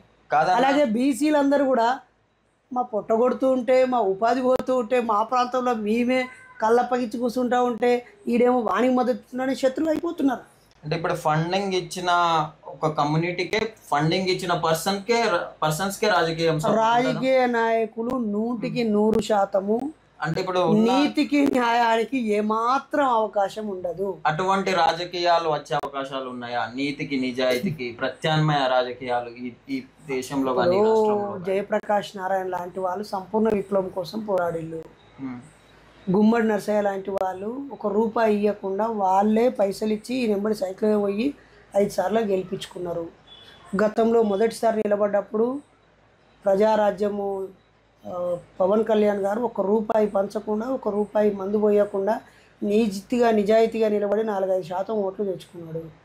ఇప్పుడు ఆయన అందరిలాగే అన్నీ పంచిండు కదా, తాయిపిచ్చే కాడ తాయిపిచ్చిండు, పైసలు ఇచ్చే కాడ పైసలు ఇచ్చిండు, అన్ని రకాలు చేసేసి ఇప్పుడు ఈ మార్వాడీలందరూ అది చేస్తున్నారా? అంటే పార్టీకి ఫండింగ్ ఇచ్చి 100% చేస్తున్నారు. ఒక వాళ్ళే కాదు అందరు చేస్తారు. ఇక్కడ ఉన్న రియల్ ఎస్టేట్ వాళ్ళు, ఉమ్. రకరకాల బడా కంపెనీల వాళ్ళు, హాస్పిటల్ మాఫియా వాళ్ళు, విద్యా సంస్థలు నడిపించే వాళ్ళందరూ రాజకీయ నాయకులతో కన్సర్నల్లో ఉంటారు. వీళ్ళకి ఏమైనా ఆపదత్తే వాళ్ళు ఆదుకుంటారు, వాళ్ళకి ఏమైనా ఆపదత్తే వీళ్ళు పైసల రూపంలో ఆదుకుంటారు, మధ్యలో ప్రజల్నే బక్రాగాలని చేస్తారు. అయితే ఇప్పుడు మార్వాడి గో బ్యాక్ ఉద్యమాన్ని అసలు ప్రజలు ఎలా చూడాలి? ప్రజలు ఎలా చూడాలంటే ఒక్కసారి ప్రశాంతంగా కళ్ళు మూసుకొని, మరి మన ఊళ్ళో మన వాళ్ళందరూ ఏమేమి షాపులు పెట్టిర్రు, మార్వాడి వాళ్ళు ఏమేమి షాపులు పెట్టిర్రు, అక్కడ ఏం క్వాలిటీ ఉంది, ఇక్కడ ఏం క్వాలిటీ ఉంది, అక్కడ రేట్ ఎంత ఉంది, ఇక్కడ రేట్ ఎంత ఉంది, ఎవరు బిల్లులు ఇస్తున్నారు, ఎవరు బిల్లులు ఇస్తలేరు, అసలు ఎవరి పొట్ట ఎవరు కొడుతున్నారు, మనకి ఇచ్చే వస్తువులు డమ్మీ వస్తువులు ఎవరు ఇస్తున్నారు అని ప్రజలందరూ స్వచ్ఛందంగా ఆలోచిస్తున్నారు. ఈ ఉద్యమానికి ప్రజలు మద్దతుగానే ఇస్తారు. ఇలా అంటే మరి కొంతమంది మార్వాడి షాపులలో తక్కువ ధరకి ఇస్తూ ఉన్నారు. వాళ్ళు కొంత తక్కువ అమౌంట్ తీసుకొని మనకి కావాల్సిన వస్తువు ఇస్తున్నారు. మరి తెలంగాణ ఉద్యమంలో పాల్గొన్న మీరు ఓయూ జేఏసీ నాయకుడిగా, అటు బొగ్గుబాయిల మీద విపరీతమైన ఉపన్యాసాలు ఇచ్చి ఉద్యమ నాయకుడిగా ఉన్న మీరు ఈ ఉద్యమాన్ని మీరు ఏ కోణంలో చూస్తారు? ఏ కోణంలో చూస్తారంటే, ఇక ఎప్పుడో ఎన్నో సంవత్సరాలుగా మార్వాడీల వల్ల నష్టపోయిన వాళ్ళు, మోసపోయిన వాళ్ళు అందరూ ఇట్లా రెడీగా ఉన్నారు. ఇప్పుడు ఈ చిన్న ఇన్సిడెంట్తో అందరూ ఓపెన్ అయ్యారు. ఇప్పటి నుంచి ప్రతి క్షణం శీల పరీక్షకు గురైనట్టుగా మార్వాడీలు ప్రతి క్షణం అనుమానాలకు గురవుతారు, అవమానాలకు గురవుతారు, ప్రశ్నలను ఎదుర్కొంటారు. వాళ్ళు చేసే కల్తీ ఇప్పుడు అనివార్యంగా తగ్గించుకోవాల్సి వస్తుంది. ఇప్పుడు వాళ్ళని ప్రశ్నించే కొన్ని గొంతులు మొదలైనవి, ప్రజలు వాళ్ళ గురించి ఆలోచించడం మొదలైంది. వాళ్ళు ఇప్పుడు ఒకప్పుడు సిఏఏ ఎన్ఆర్సీ పెట్టి మీరు మీ స్థానికతను నిరూపించుకోవాలని చెప్పి మీరు ఈ ప్రాంతం వాళ్ళే గారు, అసలు మీకు ఏ ఆధారం లేదు అని ఏ విధంగా అయితే బీజేపీ ప్రభుత్వం చేసిందో, మళ్ళీ పోరాటాల వల్ల వెనకపోయిందో, అట్లనే ఇప్పుడు ఇక్కడ ఉన్నటువంటి మార్వాడీలు అందరూ అలే చేస్తారు. మార్వాడీలకు ఇమ్మీడియట్లీగా ఓటు హక్కు తీసేయాలి. ఓటు హక్కు తీసేయాలి. మార్వాడీలు వాళ్ళు స్థానికులు గారు. 100% వాళ్ళు స్థానికులు కారు, తెలంగాణ ప్రజలు కారు. తెలంగాణలో వాళ్ళకు ఓటు హక్కు తీసేయాలి. వాళ్ళకు మహారాష్ట్రలో ఉండాలి, వాళ్ళకు సపరేట్ బ్యాంకులు ఉంటాయి. ఈ సంపద తీసుకెళ్ళి వాళ్ళు అక్కడ డెవలప్ చేసుకుంటారు. కాబట్టి మనము వాళ్ళని ఈ ప్రాంత ప్రజలుగా గుర్తించాల్సిన అవసరం మనకు లేదు. వ్యాపారస్తులు మాత్రమే వాళ్ళు ఏమంటున్నారంటే, మేము ఇక్కడికి వచ్చినాము, మేము ఇక్కడే పుట్టినాము, మా తాత తండ్రులు వచ్చారు, ఇక్కడే పుట్టి పెరిగిన వాళ్ళము, ఇక్కడే ఉంటున్నాము, మేము స్థానికులం అంటున్నారు. మరి దానికి ఎలా ఇప్పుడు స్థానికులు అయిపోయారు కదా. నువ్వు స్థానికుడు ఆధార్ కార్డు ఉన్నది, వాళ్ళ దగ్గర రేషన్ కార్డు ఉన్నది, అంత మనోళ్ళు కక్కుర్తిపడి ఇచ్చినవి అట్లే ఉంటాయి మరి. మరి కక్కుర్తిపడి ఇచ్చిన వాళ్ళు అట్లే ఉంటాయి కదా. అన్ని తీసేసి వెళ్ళిపోమనాలా? వెళ్ళిపోమని ఎందుకంటాం బ్రదర్? వేరే దేశమోనే వీడికి వచ్చి బిజినెస్ చేసుకోరాని అమెరికాని పిలుతాము, జపాన్ పిలుతాము, చైనాని పిలుతాము, ఇంగ్లాండ్ అని పిలుతున్నాం. మన దేశాన్ని దోపిడీ చేసిపోయిన ఇంగ్లాండ్ అని వీడికి వచ్చి ఒక కంపెనీ పెట్టరా అంటున్నామా లేదా? గూగుల్ కంపెనీ ఎవరు పెట్టమంటున్నాము, బోల్డ్ని సోనీ కంపెనీ పెట్టమంటున్నాము, యాపిల్ కంపెనీ పెట్టమంటున్నామా లేదా? వాడు వచ్చి పెట్టుబడి పెట్టవచ్చు, కానీ ఇక్కడికి ఉద్యోగాలు ఇవ్వాలి, ఇక్కడ సక్రమంగా పన్నులు కట్టాలి. ఇవి రెండు చేస్తే ఎవడైనా ఉండొచ్చు. అది మార్వాడి అవుతుంది, రాజస్థాన్ స్వీట్ హౌస్ అవుతుంది, ఉడిపి ఓట్ రోడ్ అవుతుంది, బెంగళూరు బేకర్ రోడ్ అవుతుంది, లేకపోతే తమిళనాడు సాంబార్ ఇడ్లీ అమ్ముకునేటోడు అవుతుంది, ఆంధ్రోళ్ళు అవుతుంది, ఎవరైతుంది. ఇక్కడికి పన్నులు కట్టాలి, ఈ రాష్ట్ర ప్రభుత్వానికి పన్నులు చెల్లించాలి, కేంద్ర ప్రభుత్వానికి పన్నులు చేయించాలి. అలాగే ఇక్కడి వాళ్ళకి ఉపాధి అవకాశాలు, ఇక్కడి సంపదని వాళ్ళు దోసుకోవద్దు. నిజాయితీగా వ్యాపారం ఎవడైనా చేసుకోవచ్చు. ఇలా చేయడం వల్ల జాతి ఐక్యతను కోల్పోలేమా? ఓహో, ఇప్పుడు బాగా ఐక్యత కూడా అంటే ఇప్పుడు ఇక్కడ ఆడపిల్లల్ని వాళ్ళు వేసుకోకపోయే, ఇక్కడి మగ పిల్లలకు వాళ్ళ పిల్లల్ని ఇవ్వకపోయే, ఏడ ఐక్యత ఉన్నది నీకు? కుల వ్యవస్థను వాళ్ళు పాటించటం వాళ్ళు ఎందుకు చేసుకుంటారు? వాళ్ళు మను ధర్మాన్ని పాటించటం వాళ్ళు ఎందుకు చేసుకుంటారు? కాబట్టి వాళ్ళు మనకు అక్కర్లేదు, కలిసిపోయేటోళ్ళే కావాలి మనల్ని. ఐక్యత అంటే ఇప్పుడు ఎన్ని రోజులు అంటే కలిసిమెలిసి ఉన్నామని అనుకున్నాం. వాళ్ళు ఇక్కడ జరిగిన ఏ పోరాటంలో వాళ్ళు భాగస్వామి అయ్యింది? ఏ పోరాటం? మరి వాళ్ళు ఇక్కడ వాళ్ళు ఎట్లయితారు? ఏమో తెలంగాణ పోరాటంలో ఫండింగ్ ఇచ్చిరేమో పార్టీలకు. ఒకవేళ వాళ్ళు ఫండింగ్ ఇచ్చి ఉంటే ఆ స్థానంలో మనోళ్ళు ఉన్నా ఇచ్చేటోళ్ళు కావచ్చు కదా. మనమే వాళ్ళకు అవకాశాలను కల్పించిన వాళ్ళం అయ్యామా తెలంగాణ? నిజానికైతే మీరైనా నేనైనా దీని గురించి పెద్దగా మాట్లాడాల్సిన అవసరం లేదు. దీని గురించి మోసపోయిన వాళ్ళు, నష్టపోయిన వాళ్ళు గొంతు విప్పితే వాళ్ళకి మనము తోడుగా నిలబడాలి. దోపిడీకి గురైనోడు, పీడనకు గురైనోడు మాట్లాడాలి. మనం గొంతులు నేను మాట్లాడినా దీనికి పెద్ద వాల్యూ ఉంటుంది. ఈ సమస్యపై ఎవరు ముందు పోరాడాలంటారు? 100% ఇక్కడున్న వాళ్ళ వల్ల వ్యాపారాలు కోల్పోయిన వాళ్ళు ఆల్రెడీ బయలుదేరిలు కదా, ర్యాలీలు మొదలైనాయి కదా. ఇక్కడి నడిపించే వ్యక్తి, ఒక ఉద్యమానికి ఒక నాయకుడు అయితే కావాలి. ఎవరైతే బాగుంటుంది అనే కాదు, సమస్య నాయకత్వం వహిస్తుంది. ఇక్కడ సమస్యలో నుంచి నాయకులు పుట్టుకొస్తారు, కష్టాల్లోంచి కన్నీళ్ళలోంచి పుట్టుకొస్తారు, బాధలో నుంచి, దోపిడీ పీడనలో నుంచి, తిరుగుబాటులో నుంచి పుట్టుకొస్తారు. ఒకరిని క్రియేట్ చేయలేరు కదా. నేను బాగా మాట్లాడాను అనుకో, నన్ను నాయకుడిగా యాక్సెప్ట్ చేయరు కదా. ఈరోజు వాళ్ళ తరపున జోషి గారు మాట్లాడుతున్నారు, ఆయన చాలా బ్యాలెన్స్గా మాట్లాడుతున్నారు. అయ్యా మేము బతకడానికి వచ్చాము, మమ్మల్ని బతకనియండి అంటున్నాడు. కానీ మొదటి రోజు అతను అదే అన్నాడు. మీరు అంటే సారీ టు సే, ఎందుకంటే మీరు అది ఒక్క పర్టికులర్ థింగ్ ని చూడొద్దు అన్నారు. మేము చూడం, ఎందుకంటే మీ ఇన్సిడెంట్ లో మేము చూసాము, వాటిని మేము ఎప్పుడు పట్టించుకోము. కానీ అలా అన్న వ్యక్తి ఇప్పుడు బ్యాలెన్స్ చేస్తున్నాడంటే ఆయన వ్యాపారి లక్షణం అది. ఇప్పుడు మనం ఛాలెంజ్కి పోయి మీకే ఉందా, మాకు కూడా ఉంది, మీరెంతో, మేమంతా, మాకు రాజ్యాంగం ఉంది, మేము మా దమ్మేందో చూపిస్తాము, మా కథ మేము చూపిస్తాము, మా ఐక్యత లేవాల మేము చూపిస్తాము అని మాట్లాడినా కొద్దీ అలా కమ్యూనిటీకి డ్యామేజ్ జరుగుతుందని చెప్పి ఇప్పుడు ఆయన కాలు కూడా మొక్కుతాడు అవసరమైతే. కాదన్నా, ఇప్పుడు దండం కూడా పెడతాడు. ఈ మధ్య ఇంకో ఇంటర్వ్యూలో మాట్లాడుతూ, మీరు మమ్మల్ని రెచ్చగొట్టకండి, రెచ్చగొడితే వేరే లెవెల్ ఉంటుంది, మాకు నార్త్ సంబంధించిన రాష్ట్రాలన్నీ సపోర్ట్ గా వస్తాయి అని చెప్పి ఆయన మాట్లాడతాం. మరి నిజంగా కూడా రాష్ట్ర ప్రభుత్వం ఉత్సవోసుకుంటుంది మార్వాడీలను చూస్తే, ప్రతిపక్ష పార్టీ కూడా ఉత్సవోసుకుంటుంది.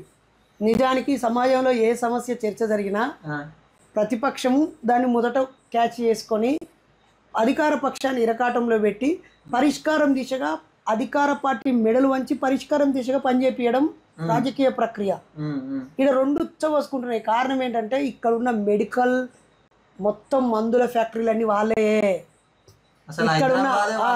ఇక్కడ ఉత్పత్తి కర్మాగారాలన్నీ వాళ్ళే, ఇక్కడ రియల్ ఎస్టేట్ దందాలన్నీ వాళ్ళే, ఇక్కడున్న గోల్డ్ బిజినెస్ వాళ్ళదే, ఇక్కడున్న సిల్వర్ బిజినెస్ వాళ్ళదే, ఇక్కడ డైమండ్ బిజినెస్ వాళ్ళదే, బట్టల బిజినెస్ వాళ్ళదే, భవన నిర్మాణ బిజినెస్ వాళ్ళదే, ప్లైవుడ్ వాళ్ళదే, పెయింటింగ్ వాళ్ళదే, ఇల్లు పునాది రాయి నుంచి మొదలుకుంటే రంగేసేదాకా వాళ్ళదే, నువ్వు హాస్పిటల్కి పోయేప్పటి నుంచి మొదలుకుంటే ఆపరేషన్ అయ్యేదాకా ఎక్విప్మెంట్ వాళ్ళదే.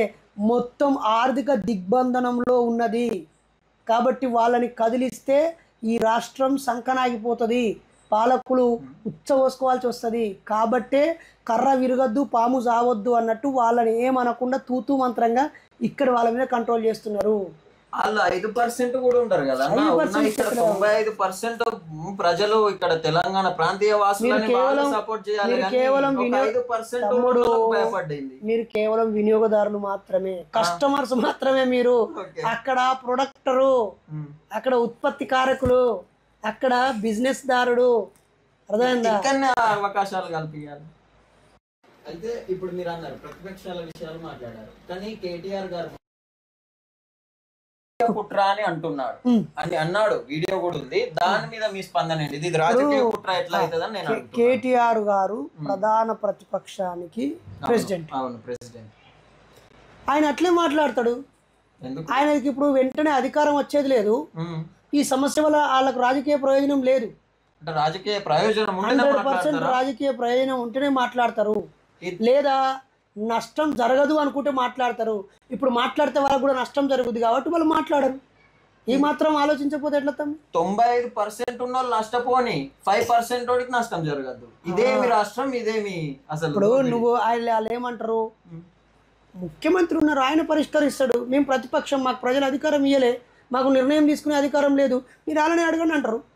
నువ్వు ఆడ పాలకుని విడిచిపెట్టి ప్రతిపక్షం ఆయన గురించి నువ్వు డిస్కస్ చేస్తున్నావు అంటే నువ్వు చైతన్యం లేనట్టే కదా.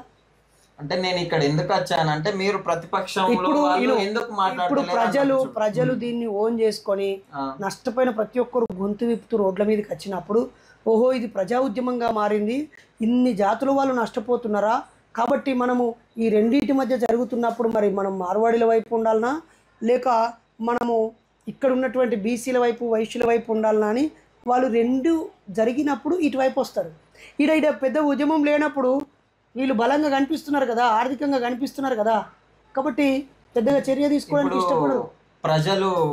ప్రజలకు తెలియదా? ప్రజలు అంటే ముందుకు రారా? ఏ విషయమైనా నేను ప్రజలకి వాళ్ళ భార్య పిల్లలు, వాళ్ళ ఉద్యోగము, ఆదివారం మొత్తం ఇంత తిని వాళ్ళ పనులు, కుటుంబ పనులు చేసుకోవడము, లేదా బతుకు పోరాటంలో పోరాటం చేయడము, వాళ్ళ పిల్లల చదువులు, రోగాలు వస్తే దవాఖాన్లు, వాళ్ళ ఇంట్లోనే పుట్టాడు కష్టాలతో వాళ్ళు ఇల్లే దాటకుండా అయిపోయింది వాళ్ళ బతుకులు. ప్రజలై ఎవరో కాస్త కూస్తో చైతన్యం ఉన్నోళ్ళు, సమాజం గురించి అవగాహన ఉన్నోళ్ళు బయటికి రావడాన్ని వీలు చేసుకొని సమాజం కోసం స్పందించేటోళ్ళే సమాజం అన్నట్టు.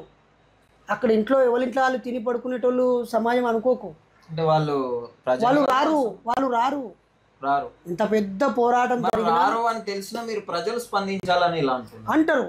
వాళ్ళ గొంతు వినిపిస్తారు, వాళ్ళు లైక్ చేస్తారు, కామెంట్ చేస్తారు, ఆ షేర్ చేస్తారు, వీళ్ళు కొద్ది పాల్గొనడం మొదలు పెడతారు. అలా పాల్గొనడం ఎక్కువ సంఖ్యలో పాల్గొంటూ ఉన్నప్పుడు దాని ప్రభావం ప్రతిపక్షం అప్పుడు దీన్ని ఓన్ చేసుకుంటారు. పాలకపక్షం కూడా దీని గురించి ఆలోచిస్తుంది. వాళ్ళ దగ్గర క్లియర్ ఇంటెలిజెన్స్ వ్యవస్థ ఉంటుంది. ఇంటెలిజెన్స్ వ్యవస్థ చెప్తుంది, సార్ ఈ హైదరాబాదు ఇన్కంలో క్యాపిటల్ అంటే ఫైనాన్షియల్గా వీళ్ళ స్థాయికి ఇది, మీరు అలా జోలికి పోతే భస్మం అయిపోతారని చెప్తారు వాళ్ళకి. కాబట్టి ఎవడైనా మూసుకొని ఉంటాడు. మీరు చెప్తున్నట్టుగా మ్యానుఫ్యాక్చర్ అంతా వాళ్ళ దగ్గరే ఉన్నదన్నారు కదా, మరి వాళ్ళలాగా తెలంగాణలో ఉన్న ప్రజలు ఆస్తులు పెంచుకోలేరా? ఇవన్నీ ఏం చెప్తారు రా బాయ్? ఇక సింగరేణి బొగ్గుబాయి ఉందా? వందల సంవత్సరాల చరిత్రన. దాదాపు 120,000 నుంచి 140,000 మంది కార్మికులకు తిండి పెట్టిన ఆదిలాబాద్ నుంచి, కరీంనగర్ నుంచి, వరంగల్ నుంచి ఖమ్మం దాకా ఉన్నది, సత్తుపల్లి నుంచి గోలేటి దాకా ఉన్నది.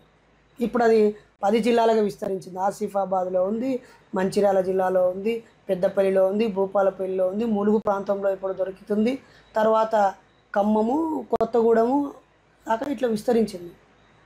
దాన్ని ఒక 9 బడా కంపెనీలు కాంట్రాక్ట్ తీసుకొని నడిపిస్తున్నాయి. తెలంగాణ వచ్చి 10 ఏళ్ళు కేసీఆర్ పాలించండు, ఇప్పుడు ఏడాది దాటి మన రేవంత్ రెడ్డి గారు పాలిస్తున్నారు. మరి ఒక 9 మంది దాన్ని క్యాప్చర్ చేసుకొని నడిపించే దమ్మున్న వాళ్ళు ఎవరు లేరా తెలంగాణ? అసలు అది ప్రైవేటైజేషన్ ఎందుకు కావాల్సి వచ్చింది? వస్తాయి. అసలు అది గవర్నమెంట్ నడిపించచ్చు కదా, అక్కడ నుంచి సొమ్ము తీసుకోవచ్చు. దేశాన్ని రాజ్యాంగం నిర్మిస్తున్నప్పుడు, లేదా ఈ దేశం గురించి నిస్వార్థంగా ఆలోచించే నెహ్రూ లాంటి వాళ్ళు ఉన్నప్పుడు పబ్లిక్ సెక్టార్ని స్థాపించి రకరకాల ఉత్పత్తి అన్నీ దేశమే ఉత్పత్తి చేయాలి అని చెప్పి రకరకాల పంచవర్ష ప్రణాళికలు వేసి ఒక్కో రంగాన్ని డెవలప్ చేసేది.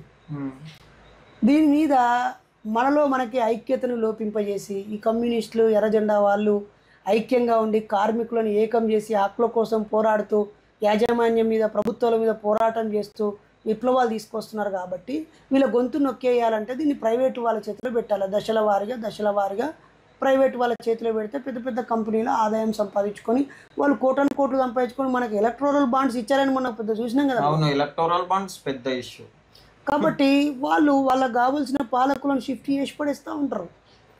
కాబట్టి వాళ్ళు అట్లా చేస్తూ ఉంటారు. ఎందుకంటే పాలకులకు దేశం మీద భక్తి ఉండదు, ప్రజల మీద భక్తి ఉండదు, ఈ దేశ సంపద మీద ఒక భక్తి ఉండదు, తమ కుర్చీ మీద భక్తి ఉంటుంది, తమ పార్టీ మీద భక్తి ఉంటుంది, అధికారం మీద మోజు ఉంటుంది తప్ప ప్రజల శ్రేయస్ మీద ఏమాత్రం సోయి ఉండదు. అసలు ఇక్కడ ఈ భారతదేశంలో రాజకీయ నాయకులే పెద్ద దద్దమ్మలు, వాళ్ళు సోయలేని వాళ్ళు. అలా అందరూ అనదు, అక్కడ కూడా మంచోడు ఉంటాడు. అయితే ఇప్పుడు ఈ తీసుకొని వచ్చారు కదా ఎలక్టోరల్ బాండ్, అయితే ఈ మార్వాడి గో బ్యాక్ ఉద్యమం నడుస్తూనే ఉంటది. కానీ ఇప్పుడు ఓటు చోరీ అనేది ఒకటి రాహుల్ గాంధీ ఎత్తుకున్నాడు, 4 రోజుల నుంచి జరుగుతుంది. దాని మీద మీ స్పందన ఏంటిది? అసలు ఓటు చోరీ అని ఎందుకు అంటున్నాడు తను? ఈవీఎంలను బ్యాన్ చేయొచ్చు కూడా అనొచ్చు కదా. అసలు దానికన్నా ముందు ఒకరు మాట్లాడుతూ దేనికి ఓటేసిన ఒకరు మాట్లాడారు. మరి అది ఎంతవరకు నిజము ఏంది అనేది మీ దృష్టిలో ఎలా చేస్తారు? దానికన్నా ముందు మార్వాడీల గురించే, అంటే ప్రతిపక్షాలు ఇప్పుడు వాళ్ళని క్వశ్చన్ వేయలేకపోతుంది మార్వాడి వాళ్ళని. ఒకరు వేస్తే మ్యానుఫ్యాక్చర్స్ అన్నీ ఆగిపోతాయి.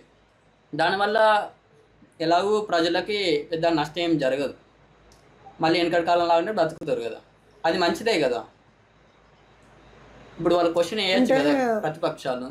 ఆ కంపెనీలలో ఈ అన్ని రాజకీయ పార్టీల నాయకులు భాగస్వాములు అయి ఉన్నప్పుడు ఏం చేయాలి? నువ్వు ఈ కోణంలో ఆలోచిస్తున్నావు. ఆ డ్రగ్, ఆ మెడికల్, ఆ మందులు తయారు చేసే కంపెనీలో 5%, 10% బీఆర్ఎస్ వాళ్ళు, టీఆర్ఎస్ వాళ్ళు, అంటే కాంగ్రెస్ వాళ్ళు, బీజేపీ వాళ్ళు ఉన్నప్పుడు వాడు దాన్ని వదులుకోవడానికి సిద్ధపడతాడా? నువ్వు పోతే పోని వాడు మనోడు కాదని అనుకుంటున్నావు. కానీ దాంట్లో వీళ్ళందరి ఇండైరెక్ట్ షేర్లు ఉంటాయి అన్నమాట. ఓకే, ఇండైరెక్ట్ షేర్లు ఉండనన్నా. తర్వాత ఓట్ చోరీ గురించి అడిగారు కదా, ఎప్పుడైనా గుర్తుపెట్టుకోండి మీరు, ప్రజలందరి ఓటుతో నాయకుడు గెలిస్తే అందరం గౌరవించాల్సిందే. నువ్వు ఓటేసిన వ్యక్తి ముఖ్యమంత్రి కాకపోవచ్చు, కానీ you should respect, you should follow. ఎందుకంటే అది మన కర్తవ్యం, మన బాధ్యత. మోడీ గారిని మనం యాక్సెప్ట్ చేయాల్సిందే. కానీ ఆయన దొంగ ఓట్లతో గెలిస్తే యాక్సెప్ట్ చేయడం అనేది ఎంత పెద్ద బాధ కలిగించే విషయం. ఎక్కడైనా ప్రభుత్వము గతంలో అంటే ఏదో ఇందిరమ్మ చేయి గుర్తుంటే బండగా గుద్దిరు కావచ్చు. కానీ మీరు గమనించండి, పివి నరసింహారావు తర్వాత వాజ్పేయి కాలం నుంచి, మన్మోహన్ సింగ్ కాలం నుంచి, దేవేగౌడ వచ్చిపోయిన తర్వాత నుంచి ప్రజలు చాలా చైతన్యంతో ఉంటారు. ఎప్పుడైనా ప్రభుత్వము ఎంత గొప్పగా పరిపాలించినా 5 ఏళ్ళు, 10 ఏళ్ళు, 15 ఏళ్ళు ఏ ప్రజలు కూడా అంగీకరించరు. కానీ ఇక్కడ 15 ఏళ్ళు అంగీకరిస్తున్నారు. అది మనం ఆలోచించదగ్గ విషయం. ఓకేనా? కేసీఆర్ గారిని ప్రజలు ఇక్కడ దింపేసిరా లేదా? దింపేశారు. ఎక్కడైనా చూడు, అక్కడ జయలలితను కూడా దింపేసిరు కదా, స్టాలిన్ కూడా దింపేసిరు కదా, మమతను కూడా దింపేసిరు కదా. ఏ రాష్ట్రం పోయినా దింపేస్తూ ఉంటారు. ఇక్కడ దింపేయలేదు. మరి నిజంగానే చెప్పుకోదగ్గ స్థాయిలో మోడీ తనదైన పరిపాలన చేసి ఈ దేశ ప్రజల ఆదాయాన్ని పెంచిండా, సంపదను పెంచిండా, లేకపోతే కొత్తగా ఏవైనా నిర్మాణాలు చేసి శాశ్వత ప్రాతిపదికన ప్రొడక్టివ్ మెథడ్లు ఏమైనా చేసిండా, లేకపోతే ఈ స్కిల్ డెవలప్ చేసిండా, వేరే దేశం నుంచి ఈ దేశానికి బతుకుదెరువు కోసం వచ్చేలాగా వీసాల కోసం పోటీ పడేటట్టు చేసిండా, లేకపోతే ఈ దేశాన్ని శాస్త్ర సాంకేతిక రంగాల అభివృద్ధి చేసిండా, ప్రాజెక్టులు కట్టిండా, కొత్త ఏమైనా చేసిండా? ఏం చేయలేదా మీ ఉద్దేశం? ఇవన్నీ జరుగుతున్నాయి కదా. చంద్రయాన్ 3 సక్సెస్ చేశాడు. అదే విధంగా మొన్న ఆపరేషన్ సింధూర్ లో సక్సెస్ అయ్యాము. అదే కాకుండా మొన్న బీహార్ లో గెలిచాడు. అన్నిట్లో గెలుచుకుని ఇంట్లోకి వచ్చిన దొంగలను కొట్టినావు. అరే అసలు ఇంట్లోకి దొంగలకి ఎట్లా వచ్చిండ్రా? దొంగలు ఎట్లా వచ్చిర్రా నీ ఇంట్లోకు? అరే నువ్వు దొంగలను కొట్టినా అంటావు, గ్రేట్ అంటావు. అక్కడ రోడ్డు మీద పొక్కను పూడ్చినా అంటావు. అసలు పొక్క ఎట్లా పడ్డదిరా? అది నువ్వు ఎవరికి కాంట్రాక్ట్ ఇచ్చినావురా? పొక్క పడ్డది పూడ్చినా అని చూపిస్తాను. పొక్క ఎట్లా పడ్డదని నేను అడుగుతున్నా. దొంగలను కొట్టినా అంటావు. దొంగలు ఎట్లా పడరు నీ అంట. అది వాళ్ళకు నైపుణ్యం ఉంటది, వాళ్ళకు సమస్య తెలిసి ఉంటది. అట్లా ఈ వాట్సాప్ యూనివర్సిటీ వాళ్ళు చెప్పే పిచ్చి మాటల్ని, జాతీయము, నా దేవుడు, నా దేవాలయము, నా భక్తి, నా మతం, ఇవన్నీ దొంగ ముచ్చట్లు. ప్రజలు నీకు దండం పెట్టి ఓటేయాలి. ఒక 10 ఏళ్ళు ఈ దేశం మొత్తాన్ని పాలించేగా నీకు అద్భుతమైన మెజారిటీ ఇచ్చారు కదా, 3వసారి కూడా నీకు మెజారిటీ ఇచ్చారు కదా. ఒక 15 సంవత్సరాల పాటు ఈ దేశం మొత్తానికి న్యాయాధికారం ఇచ్చారు, నీకు నిర్ణయాధికారం ఇచ్చారు, దేశాన్ని చేతిలో పెట్టేసి నీ చేతిలో పెట్టేసిరు. ఏదో 10 మంది 5 పార్టీలు 10 పార్టీలుగా కలిసి సంకీర్ణ ప్రభుత్వాలు కాదు. 15 ఏళ్ళు నీ చేతిలో దేశాన్ని పెట్టినా దీన్ని నువ్వు ముందుకు నడిపించకపోతే నువ్వు అసమర్థుడివి కదా. అసమర్థ ప్రధానమంత్రి నరేంద్ర మోడీ. ఇంకా నువ్వు తొక్కలో తోటకూర కారణాలు చెప్పి, అత్తిరి బిత్తిరి కారణాలు చెప్పి, జై శ్రీరామ్ అనో, లేకపోతే నా దేవుడు అనో, నా మతం, నీ అమ్మ దేశం నిండా నీ మతమే ఉన్నది కదా. ఈ దేశ ప్రజలందరూ బాగుపడితే నీ మతం వల్ల మెజారిటీగా బాగుపడ్డట్టు కదా. మన ఆస్తికులకు సపరేట్ పథకం ఏమి ఉండదు కదా. ఈ దేశం మొత్తం డెవలప్ అయితే ఎక్కువ మంది అంటే ఈ దేశం కాదు, ఈ దేశం మొత్తం బాగుపడితే 6-7% ఉన్న ముస్లింలు బాగుపడతారని నువ్వు బాగుపడతలేవా దేశాన్ని? లేకపోతే 5-10% ఉన్న క్రైస్తవులు బాగుపడతారని ఈ దేశాన్ని బాగు చేస్తలేవా? కాబట్టి ఓటు చోరీ విషయంలో నేనైతే, అంటే మన సంఘ నిర్ణయం అవునో కాదో నాకు తెలియదు, మెజారిటీ సభ్యుల నిర్ణయం తీసుకోవాలి. నేనైతే అన్కండిషనల్గా రాహుల్ గాంధీకి మద్దతు ఇస్తున్నాను. అవుట్ రైట్గా కాంగ్రెస్కు సపోర్ట్ చేస్తున్నాను. ఓటు చోరీ రేపు కాంగ్రెస్ చేస్తే కాంగ్రెస్ మీద రేపు బీఆర్ఎస్ పోరాటం చేస్తే బీఆర్ఎస్కి మద్దతు ఇస్తా. రేపు కాంగ్రెస్ ప్రధానమంత్రి అయినాక బీజేపీ కాంగ్రెస్ ప్రభుత్వం యొక్క లోపం నిరూపించి పోరాటం చేస్తే బీజేపీకి కూడా నేను మద్దతు ఇస్తా. కానీ ఇప్పుడైతే 100% ఈవీఎంలను బ్యాన్ చేయాలి. వామన్ మిశ్రాయ్ గారు లక్షల మందితో మీటింగులు పెడుతూ పోరాటమే చేస్తున్నాడు. బహెన్ మాయావతి గారు కూడా ఈవీఎం ఇంత ఘోరంగా మోసం చేస్తుందని చెప్పారు. అమెరికా లాంటి వాళ్ళు కూడా, అభివృద్ధి చెందిన దేశాలు కూడా ఇప్పుడు మాకు బ్యాలెట్ ఈ పేపర్ అయితే మోసం చేయడానికి లేదు. ఆల్రెడీ కంప్యూటర్ కూడా కూర్చుండి, టీవీలలో లైవ్లో కూర్చుండి, ఇగో నేను మీ వీవీప్యాలను ఇట్లా ట్యాప్ చేయగలుగుతా, మీ ఎలక్ట్రానిక్ మిషన్లను ఇట్లా ట్యాప్ చేయగలుగుతా అని చేసి చూపిస్తూ ఉన్నారు కదా. అట్లా చూపిస్తూ ఉన్నా కూడా మనం ఆలోచించకపోతే ఎట్లా? కాదన్నా, ఇప్పుడు ఓన్లీ రాహుల్ గాంధీ విషయమే ఎందుకు చర్చ వచ్చింది? ఎప్పటి నుంచో బెహెన్జీ మాయావతి గారు, వామన్ మిశ్రా గారు ఈవీఎం నే బ్యాన్ చేయాలని మాట్లాడుతున్నారు కదా. వాళ్ళ విషయం ఎందుకు చర్చ మీదకి రాలేదు? ఒక విషయం మీద మారోజు వీరన్న లాంటి వాళ్ళు తెలంగాణ కావాలన్నారు. బెల్లి లలితక్క లాంటి వాళ్ళు తెలంగాణ కావాలని పోరాటం చేశారు. కాళోజీ నారాయణ గారు, బియ్యాల జనార్దన్ గారు, తెలంగాణ విద్యావంతుల వేదిక నుంచి professor Jayashankar sir, Kodandaram sir, Telangana Janasabha, అనేక సంఘాలు తెలంగాణ కావాలన్నాయి. ఓకేనా? ఎన్నో పోరాటాలు చేసినాయి.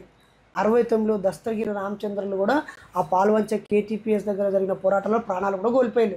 1969 పోరాటంలో కూడా అనేక మంది పోరాటాలు చేశారు. ఏకంగా బోల్డంతమంది ఎంపీలను కూడా గెలిపించి పంపించారు కాసు బ్రహ్మానందరెడ్డి కాలంలో అని మనకు తెలుసు చరిత్ర. ఇన్ని పోరాటాలు జరిగినా ఒక కేసీఆర్ నాయకత్వంలో తెలంగాణ రాష్ట్రం వచ్చిందనేటువంటి ఒక వాతావరణం ఎందుకు ఏర్పడింది?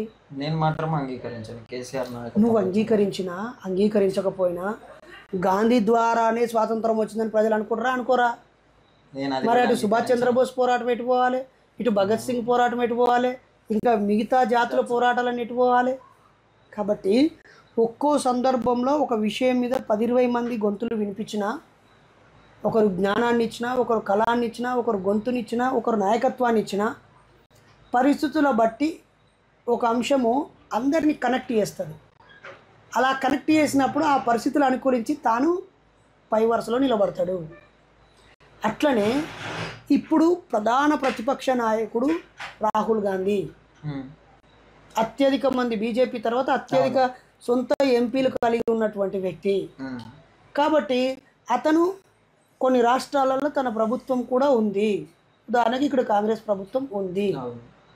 కాబట్టి ఆయన ప్రధాన ప్రతిపక్ష నాయకుడు కాబట్టి ఆయన వాయిస్కి అందరూ తోడుగా నిలుస్తారు. ఆయన కంటే పెద్ద వయసు ఉన్న వాళ్ళు ఉండొచ్చు.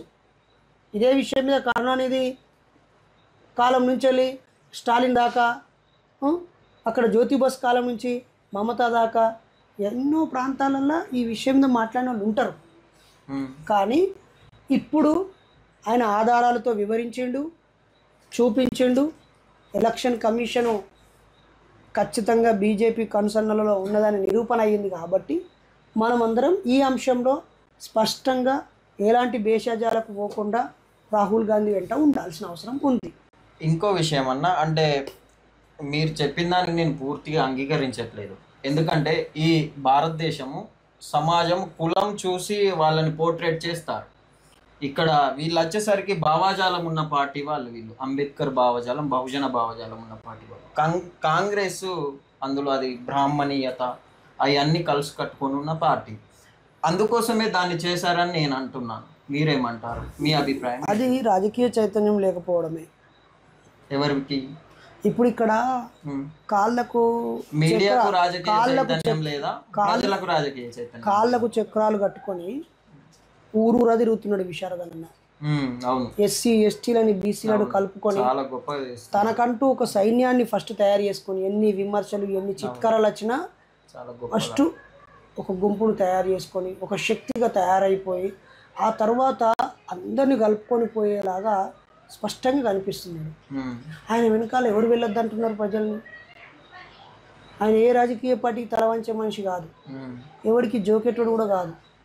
ప్రతి ఒక్కరిని ఏకి పారేసేటువంటి లీడరు. మరి కాంశీరామ్ గారు కూడా అవసరమైతే నేను గాడిద మీద కూడా పోతా అని చెప్పేసి బీజేపీతో కూడా ఉన్నాడా లేదా? అదే బాబాసాహెబ్ అంబేద్కర్ గారు కూడా కాంగ్రెస్ నెహ్రూ మంత్రివర్గంలోనే పనిచేసిందా లేదా? చేశారు. కాబట్టి పెరియార్ రామస్వామి కాంగ్రెస్ను బొందబెట్టాలన్నాడు. మహాత్మా జ్యోతిరావు పూలే బ్రాహ్మణిజాన్ని బ్రాహ్మణులను బొందబెట్టాలని చెప్పాడు. ఓకేనా? బాబాసాహెబ్ అంబేద్కర్ కూడా కాంగ్రెస్ను ఇది తప్పు అని చెప్పాడు. వాళ్ళు ఉన్న కాలంలో అప్పుడున్న సమాజానికి జరిగే అన్యాయాల మీద వాళ్ళు ఇచ్చిన పిలుపులని. ఇప్పుడు నువ్వు కాంగ్రెస్తో పోతావా, కాంగ్రెస్కు ప్రత్యామ్నాయంగా ఇంకొక శక్తిని కూడగడతావా అనేది వ్యక్తిగా నీ ఇష్టం కదా. నువ్వు పలానా దానికి ఓటేయమని చెప్పే హక్కు నాకెక్కడిది? లేదు. పలానా పార్టీతో ఉండాలి ఉండొద్దు అనే హక్కు నాకెక్కడిది? మరి ఇప్పుడు రాహుల్ గాంధీ వెంట బొమ్మని మీరు రాహుల్ గాంధీ వెంట వెళ్ళమంటున్నాను కానీ కాంగ్రెస్ పార్టీ చేయి గుర్తుకు ఓటేయమని చెప్పట్లేదు కదా, కాంగ్రెస్ పార్టీలో చేరమని చెప్పట్లేదు కదా. అక్కడ ఓటు దొంగ మీద పోరాటం చేస్తున్నాడు. ఆ పోరాటానికి మనం మద్దతు ఇవ్వాల్సిన అవసరం ఉంది. ఇప్పుడు సింధూర్, ఆపరేషన్ సింధూర్ లేదా పాకిస్తాన్ తీవ్రవాదులను అణచివేయడానికి మోడీ పనిచేస్తున్నాడు. అప్పుడు మనం మద్దతు ఇవ్వమంట నేను. మోడీ పాకిస్తాన్ తీవ్రవాదులను ఏరివేస్తున్నాడు, మద్దతు ఇద్దామంట నేను. రోహింగ్యాలను నిలగొడతాను నిలబడ్డాడు, చలో నిలబడ్డావు కదా, చలో ఇప్పుడు నువ్వు ఆయన వెనకాల నిలబడమంటా నేను. ఆయన కమలం పువ్వు గుర్తుకోటేయమని అడగట్లేదు, బీజేపీ పార్టీలో ఏమని అడగట్లేదు. ఈ దేశానికి విపత్తు వచ్చినప్పుడు ప్రధాని వెంట నిలబడదామంటున్నాం. వలసదారులు అనేది ప్రతి దేశంలో ఉండే అది సమస్యనే. ఇక్కడ మనం రోహింగ్యాలను ఎందుకు ప్రధాన సమస్యగా తీసుకోవాలి అంటే ఇక్కడ ఎప్పుడైనా ఒక విషయాన్ని పక్కదారి పట్టియడానికి ఒక రీజన్ కావాలి. కాబట్టి ఇక్కడ ఉన్న బీజేపీ వాళ్ళకు రోహింగ్యాలు ఒక రీజన్గా కనిపిస్తుంది. రోహింగ్యాలు ఏ రాష్ట్ర పాలనలో ఏ పార్టీ పాలిస్తున్నప్పుడు వచ్చిళ్ళు, ఏ కేంద్ర ప్రభుత్వ పాలనలో వాళ్ళు వచ్చిళ్ళు, వాళ్ళు రావడానికి ఆ రాష్ట్రంలో కారణాలు ఏంటి, వాళ్ళు ఏ మార్గం గుండా వచ్చిళ్ళు, వాళ్ళు వచ్చినప్పుడు ఎవరు, ఆ జిల్లా కలెక్టర్ ఎవరు, అక్కడి రెవెన్యూ అధికారులు ఎవరు, అసలు వాళ్ళకి ఆశ్రయం ఇచ్చిన వాళ్ళు ఎవరు. ఇప్పుడు వేరే ఊరు మీ ఊరికి వచ్చిననుకో, ఏ భూమిలో గుడి చేసుకుంటాడు? నీ భూములు వేసుకుంటే నువ్వు ఊరుకుంటావా? ఆయన భూములు వేసుకుంటే ఆయన ఊరుకుంటాడా? వాళ్ళు ప్రభుత్వ భూములు వేయాలి. ఎత్తే ప్రభుత్వ భూమి అంటే అడవి అయ్యి ఉండాలి. అడవి ఎవరి చేతులు ఉంటుంది? కేంద్ర ప్రభుత్వం చేతుల్లో ఉంటుంది కదా. నిజమా? నీటి మార్గంలో రావాలి. నీటి మార్గం అంటే నీరు ఎవరి కంట్రోల్లో ఉంటుంది? బార్డర్స్ అన్ని ఎవరి చేతిలో ఉంటాయి? బార్డర్లన్నీ కేంద్రం. అంటే నువ్వే కదా వాళ్ళని రానిచ్చింది. ఒకవేళ నువ్వు 11 ఏళ్ళ క్రితమే వాళ్ళు వచ్చి ఉంటే ఈ 10 ఏళ్ళలో నువ్వు పంపించకుండా నువ్వు ఇంకెందుకు పెట్టుకుంటాను? ఈ 11 ఏళ్ళుగా నువ్వు ఎందుకు పంపిస్తలేవు? ఓకే, అంటే మీరు అన్నట్టు అది వాళ్ళు డైవర్షన్ కోసం యూజ్ చేస్తున్నారు. ఎంత దొంగ నాటకాలు అసలు. నేరుగా ప్రజలకి అందుబాటులో ఉంటూ విద్యని అందిస్తూ వైద్యాన్ని అందిస్తూ పాలనను బ్యూరోక్రసీని డీసెంట్రలైజ్ చేసి అందుబాటులో ఉంచుతూ ప్రజల వనరులను ప్రకృతి వనరులను కాపాడుతూ ప్రజల యోగక్షేమాలు చూసుకుంటే 20 ఏళ్ళైనా 30 ఏళ్ళైనా నాయకులను ప్రజలు ఎన్నుకుంటారు. కానీ ఇక్కడ ఏమి చేయకుండా ఎన్నుకోబడతారంటే మిషన్ల వాళ్ళకి వెళ్తారని అర్థం. మరి అది అంటే బ్యాన్ ఈవీఎం అని ఎందుకు అనట్లేదు రాహుల్ గాంధీ? ఎందుకు అంటాడు, రేపు అంటాడు, ఇప్పుడే అనొచ్చు కదా. అనాలి. మరి అది ఆయన అడగాల్సిన ప్రశ్న నన్ను అడుగుతా. అంటే ఆయన బ్యాన్ ఈవీఎం అంట, అడవిలో ఉన్న వాళ్ళైతే అసలు ఎలక్షనే వద్దంటారు. ఓకే అన్న, రైట్. మరి ఇదంతా చర్చ ఓకే. మనం మెయిన్ టాపిక్ మార్వాడిది. సో ఇప్పటివరకు అయితే మాట్లాడలేరు, ఇప్పుడే మా ఫోర్స్తో మీ దగ్గర ఇక్కడికైతే వచ్చి మాట్లాడారు. మరి ఇక్కడ నుంచి మాట్లాడే అవకాశం ఏమైనా ఉందా? దేని మీద? మార్వాడి, గో బ్యాక్ మార్వాడి పైన. నేను మాట్లాడాల్సింది మూఢనమ్మకాల మీద బొచ్చడు దురబాయ్, బొచ్చడు ఉంది. అమ్మ ప్రజలందరూ ఆఖరికి మార్వాడీలను కూడా కోరుతున్నారా బాయ్, మీరు ఏదిరా బాయ్, మీరు సంపాదించిన పైసల్ని మంచిగా దాచుకోక గుళ్ళు గోపురాలు ఇవి అవి అని బొచ్చడు పండుగలు జాతరలు, మీకు కూడా బొచ్చడు కష్టాలు ఉన్నాయి. ఒక్క ఫంక్షన్ అయితే వాడు ఏడాది సంపాదించిన పైసలన్నీ మా ఇంట్లో వారబోతూ ఉన్నారు. మా బహుజన ప్రజలందరూ కూడా అట్నే వారబోతూ ఉన్నారు. మూఢనమ్మకాలు వదిలేయ్రి, మనుషులను ప్రేమించుర్రి. ఒక ఆయన మాట్లాడుతూ నేను 1000 గోవులను సాగుతుంది రాపించి నాకు ఒక 1000 గోవులను పంచిపెట్టు, రైతులు వాళ్ళే సాదుకుంటారు, వాళ్ళే వ్యవసాయంలో వాడుకుంటారు, దాన్ని సత్తే వాళ్ళ పొలంలో బొంద పెట్టుకొని దండం పెట్టుకుంటారు. ఒక కాడ 1000 ఆవులను పెట్టి వాటిని సాత్తే ఏమవుతుంది? ఏమైనా ఉపయోగం ఉన్న పని ఇది. కాబట్టి రాళ్ళు రప్పులను మొక్కుడు కాదు. మీరు దేవుడా నా వ్యాపారం కాపాడు, దేవుడా నన్ను మంచిగా చూసుకో అని చెప్పి మీరు శ్రీకృష్ణుని మొక్కుడు కాదు. ఇగో ఈ ప్రాంతానికి వచ్చినా ఈ ప్రాంతం చల్లగా ఉండాలి, ఇగో ఈ ప్రజలకు దండం పెట్టాలి, ఇగో ఈ ప్రజలతో నువ్వు మానవ సంబంధం ఉంటే ఈ ప్రజలు కాపాడతారు.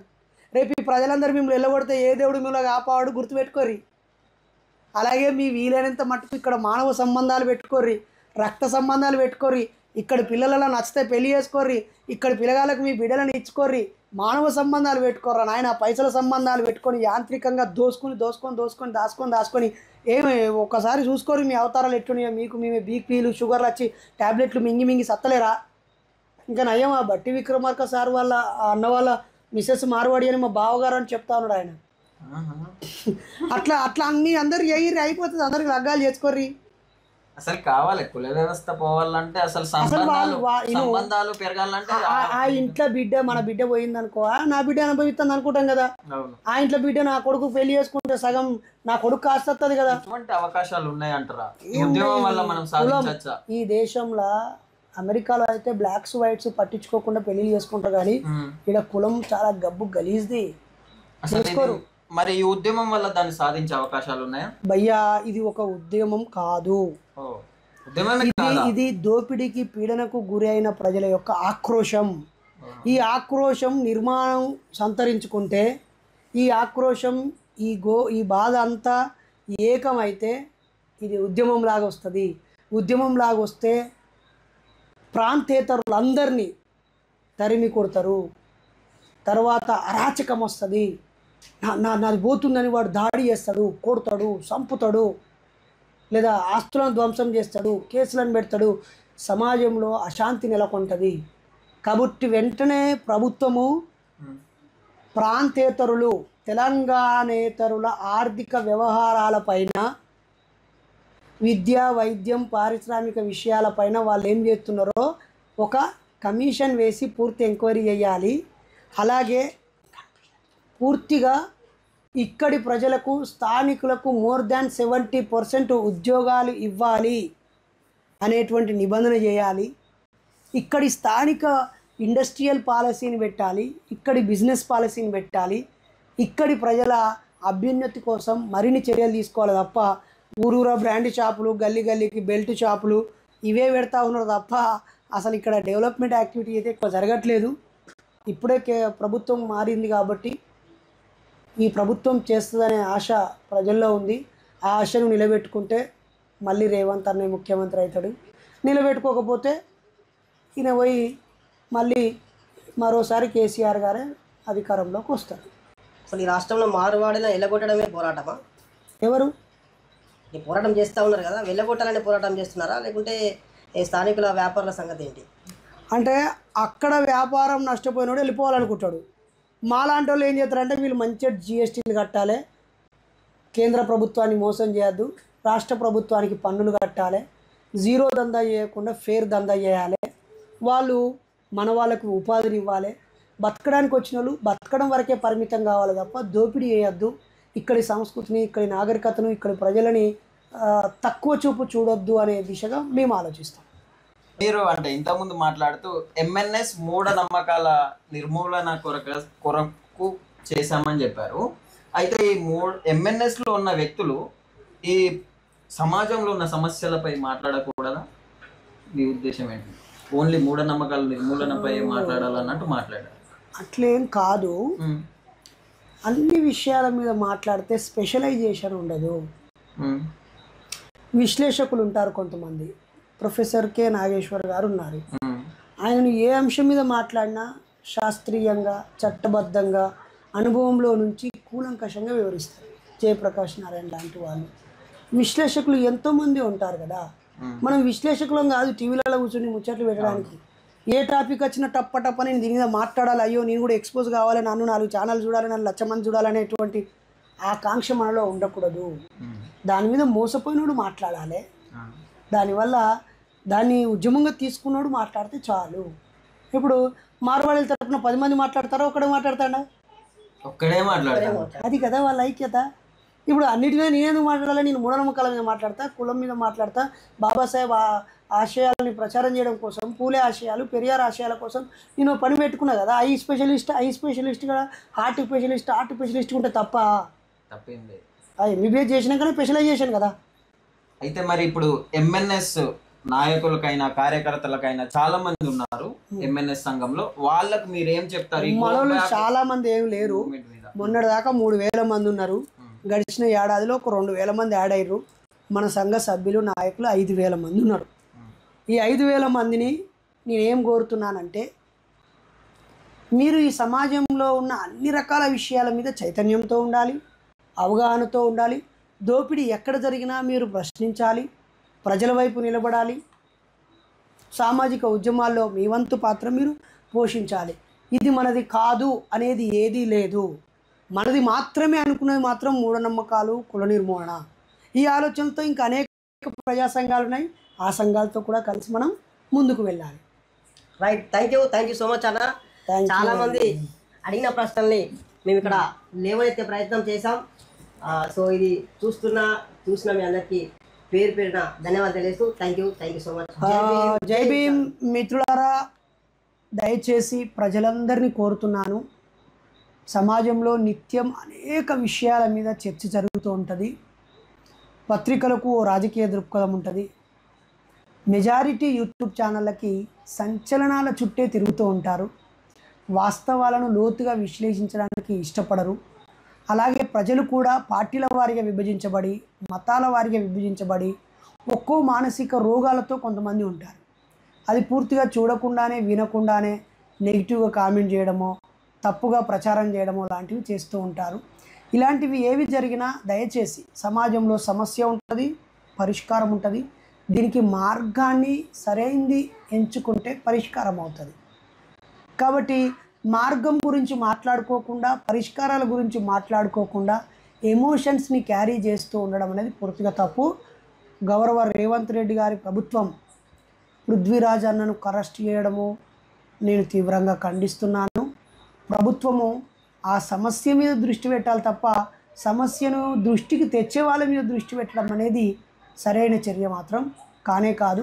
అలాగే ప్రధాన ప్రతిపక్ష పార్టీ ఈ విషయం మీద ఏం మాట్లాడకుండా ఉండడం కూడా కొంతకాలం తర్వాత మీరు కూడా దోషులుగా ఉండాల్సి వస్తుందని ఈ సందర్భంగా తెలియజేస్తూ, ఏ విషయం మీదైనా ఓపెన్గా వాళ్ళ అభిప్రాయాలను చెప్పే స్వేచ్ఛ, భావ ప్రకటన స్వేచ్ఛ, భావ వ్యక్తీకరణ స్వేచ్ఛ, జీవించే హక్కులు అవి ఒక భాగమే. కాబట్టి జీవోత్సవాల్లాగా జీవించకుండా స్పందిస్తూ జీవించాలని కోరుతూ, బైరి నరేష్ అనే నేను పలు అంశాల మీద నేను మాట్లాడకపోతే దాక్కున్నాడనో, భయపడ్డాడనో, లేకపోతే ఏంది మాట్లాడతలేడనో మీరు అనుకో అవసరం లేదు. నేను ఎంచుకున్న రంగంలో అధ్యయనం చేయడము, ప్రయాణం చేయడము, నాలాంటి వాళ్ళను సమీకరించడము, అవసరమైనప్పుడు నాదైన పాత్ర అన్ని అంశాలపైన పోషిస్తూ ముందుకు సాగుతాము. మేము సమాజ వ్యతిరేకులము కాదు, సంఘ విద్రోహులము కాదు, రాజ్యాంగాన్ని గౌరవిస్తూ సమాజాన్ని ప్రేమిస్తూ చైతన్యపరచాలనుకునేటువంటి వ్యక్తులం. ఆ దిశగా ఆలోచించాలని మరి మన ఎంఎన్ఎస్ యూత్ ప్రెసిడెంట్ సెక్రటరీలు అలాగే సిటీలో ఉండే యాక్టివ్ మెంబర్స్ అడిగినప్పుడు సరిగా చెప్పకపోతే వాళ్ళు ఏమనుకుంటారు అని చెప్పి ఈ ఇంటర్వ్యూ ద్వారా మేము ముందుకు రావడం జరిగింది. మిగతా ఏ ఛానల్లో కూడా ఇంటర్వ్యూ ఇవ్వడానికి నాకు పెద్దగా ఆసక్తి లేదు. చేయాల్సిన పని చాలా ఉంది. ఆ పనులు నేను చేస్తూ ముందుకు సాగుతాను. Thank you. థ్యాంక్ యూ అన్న.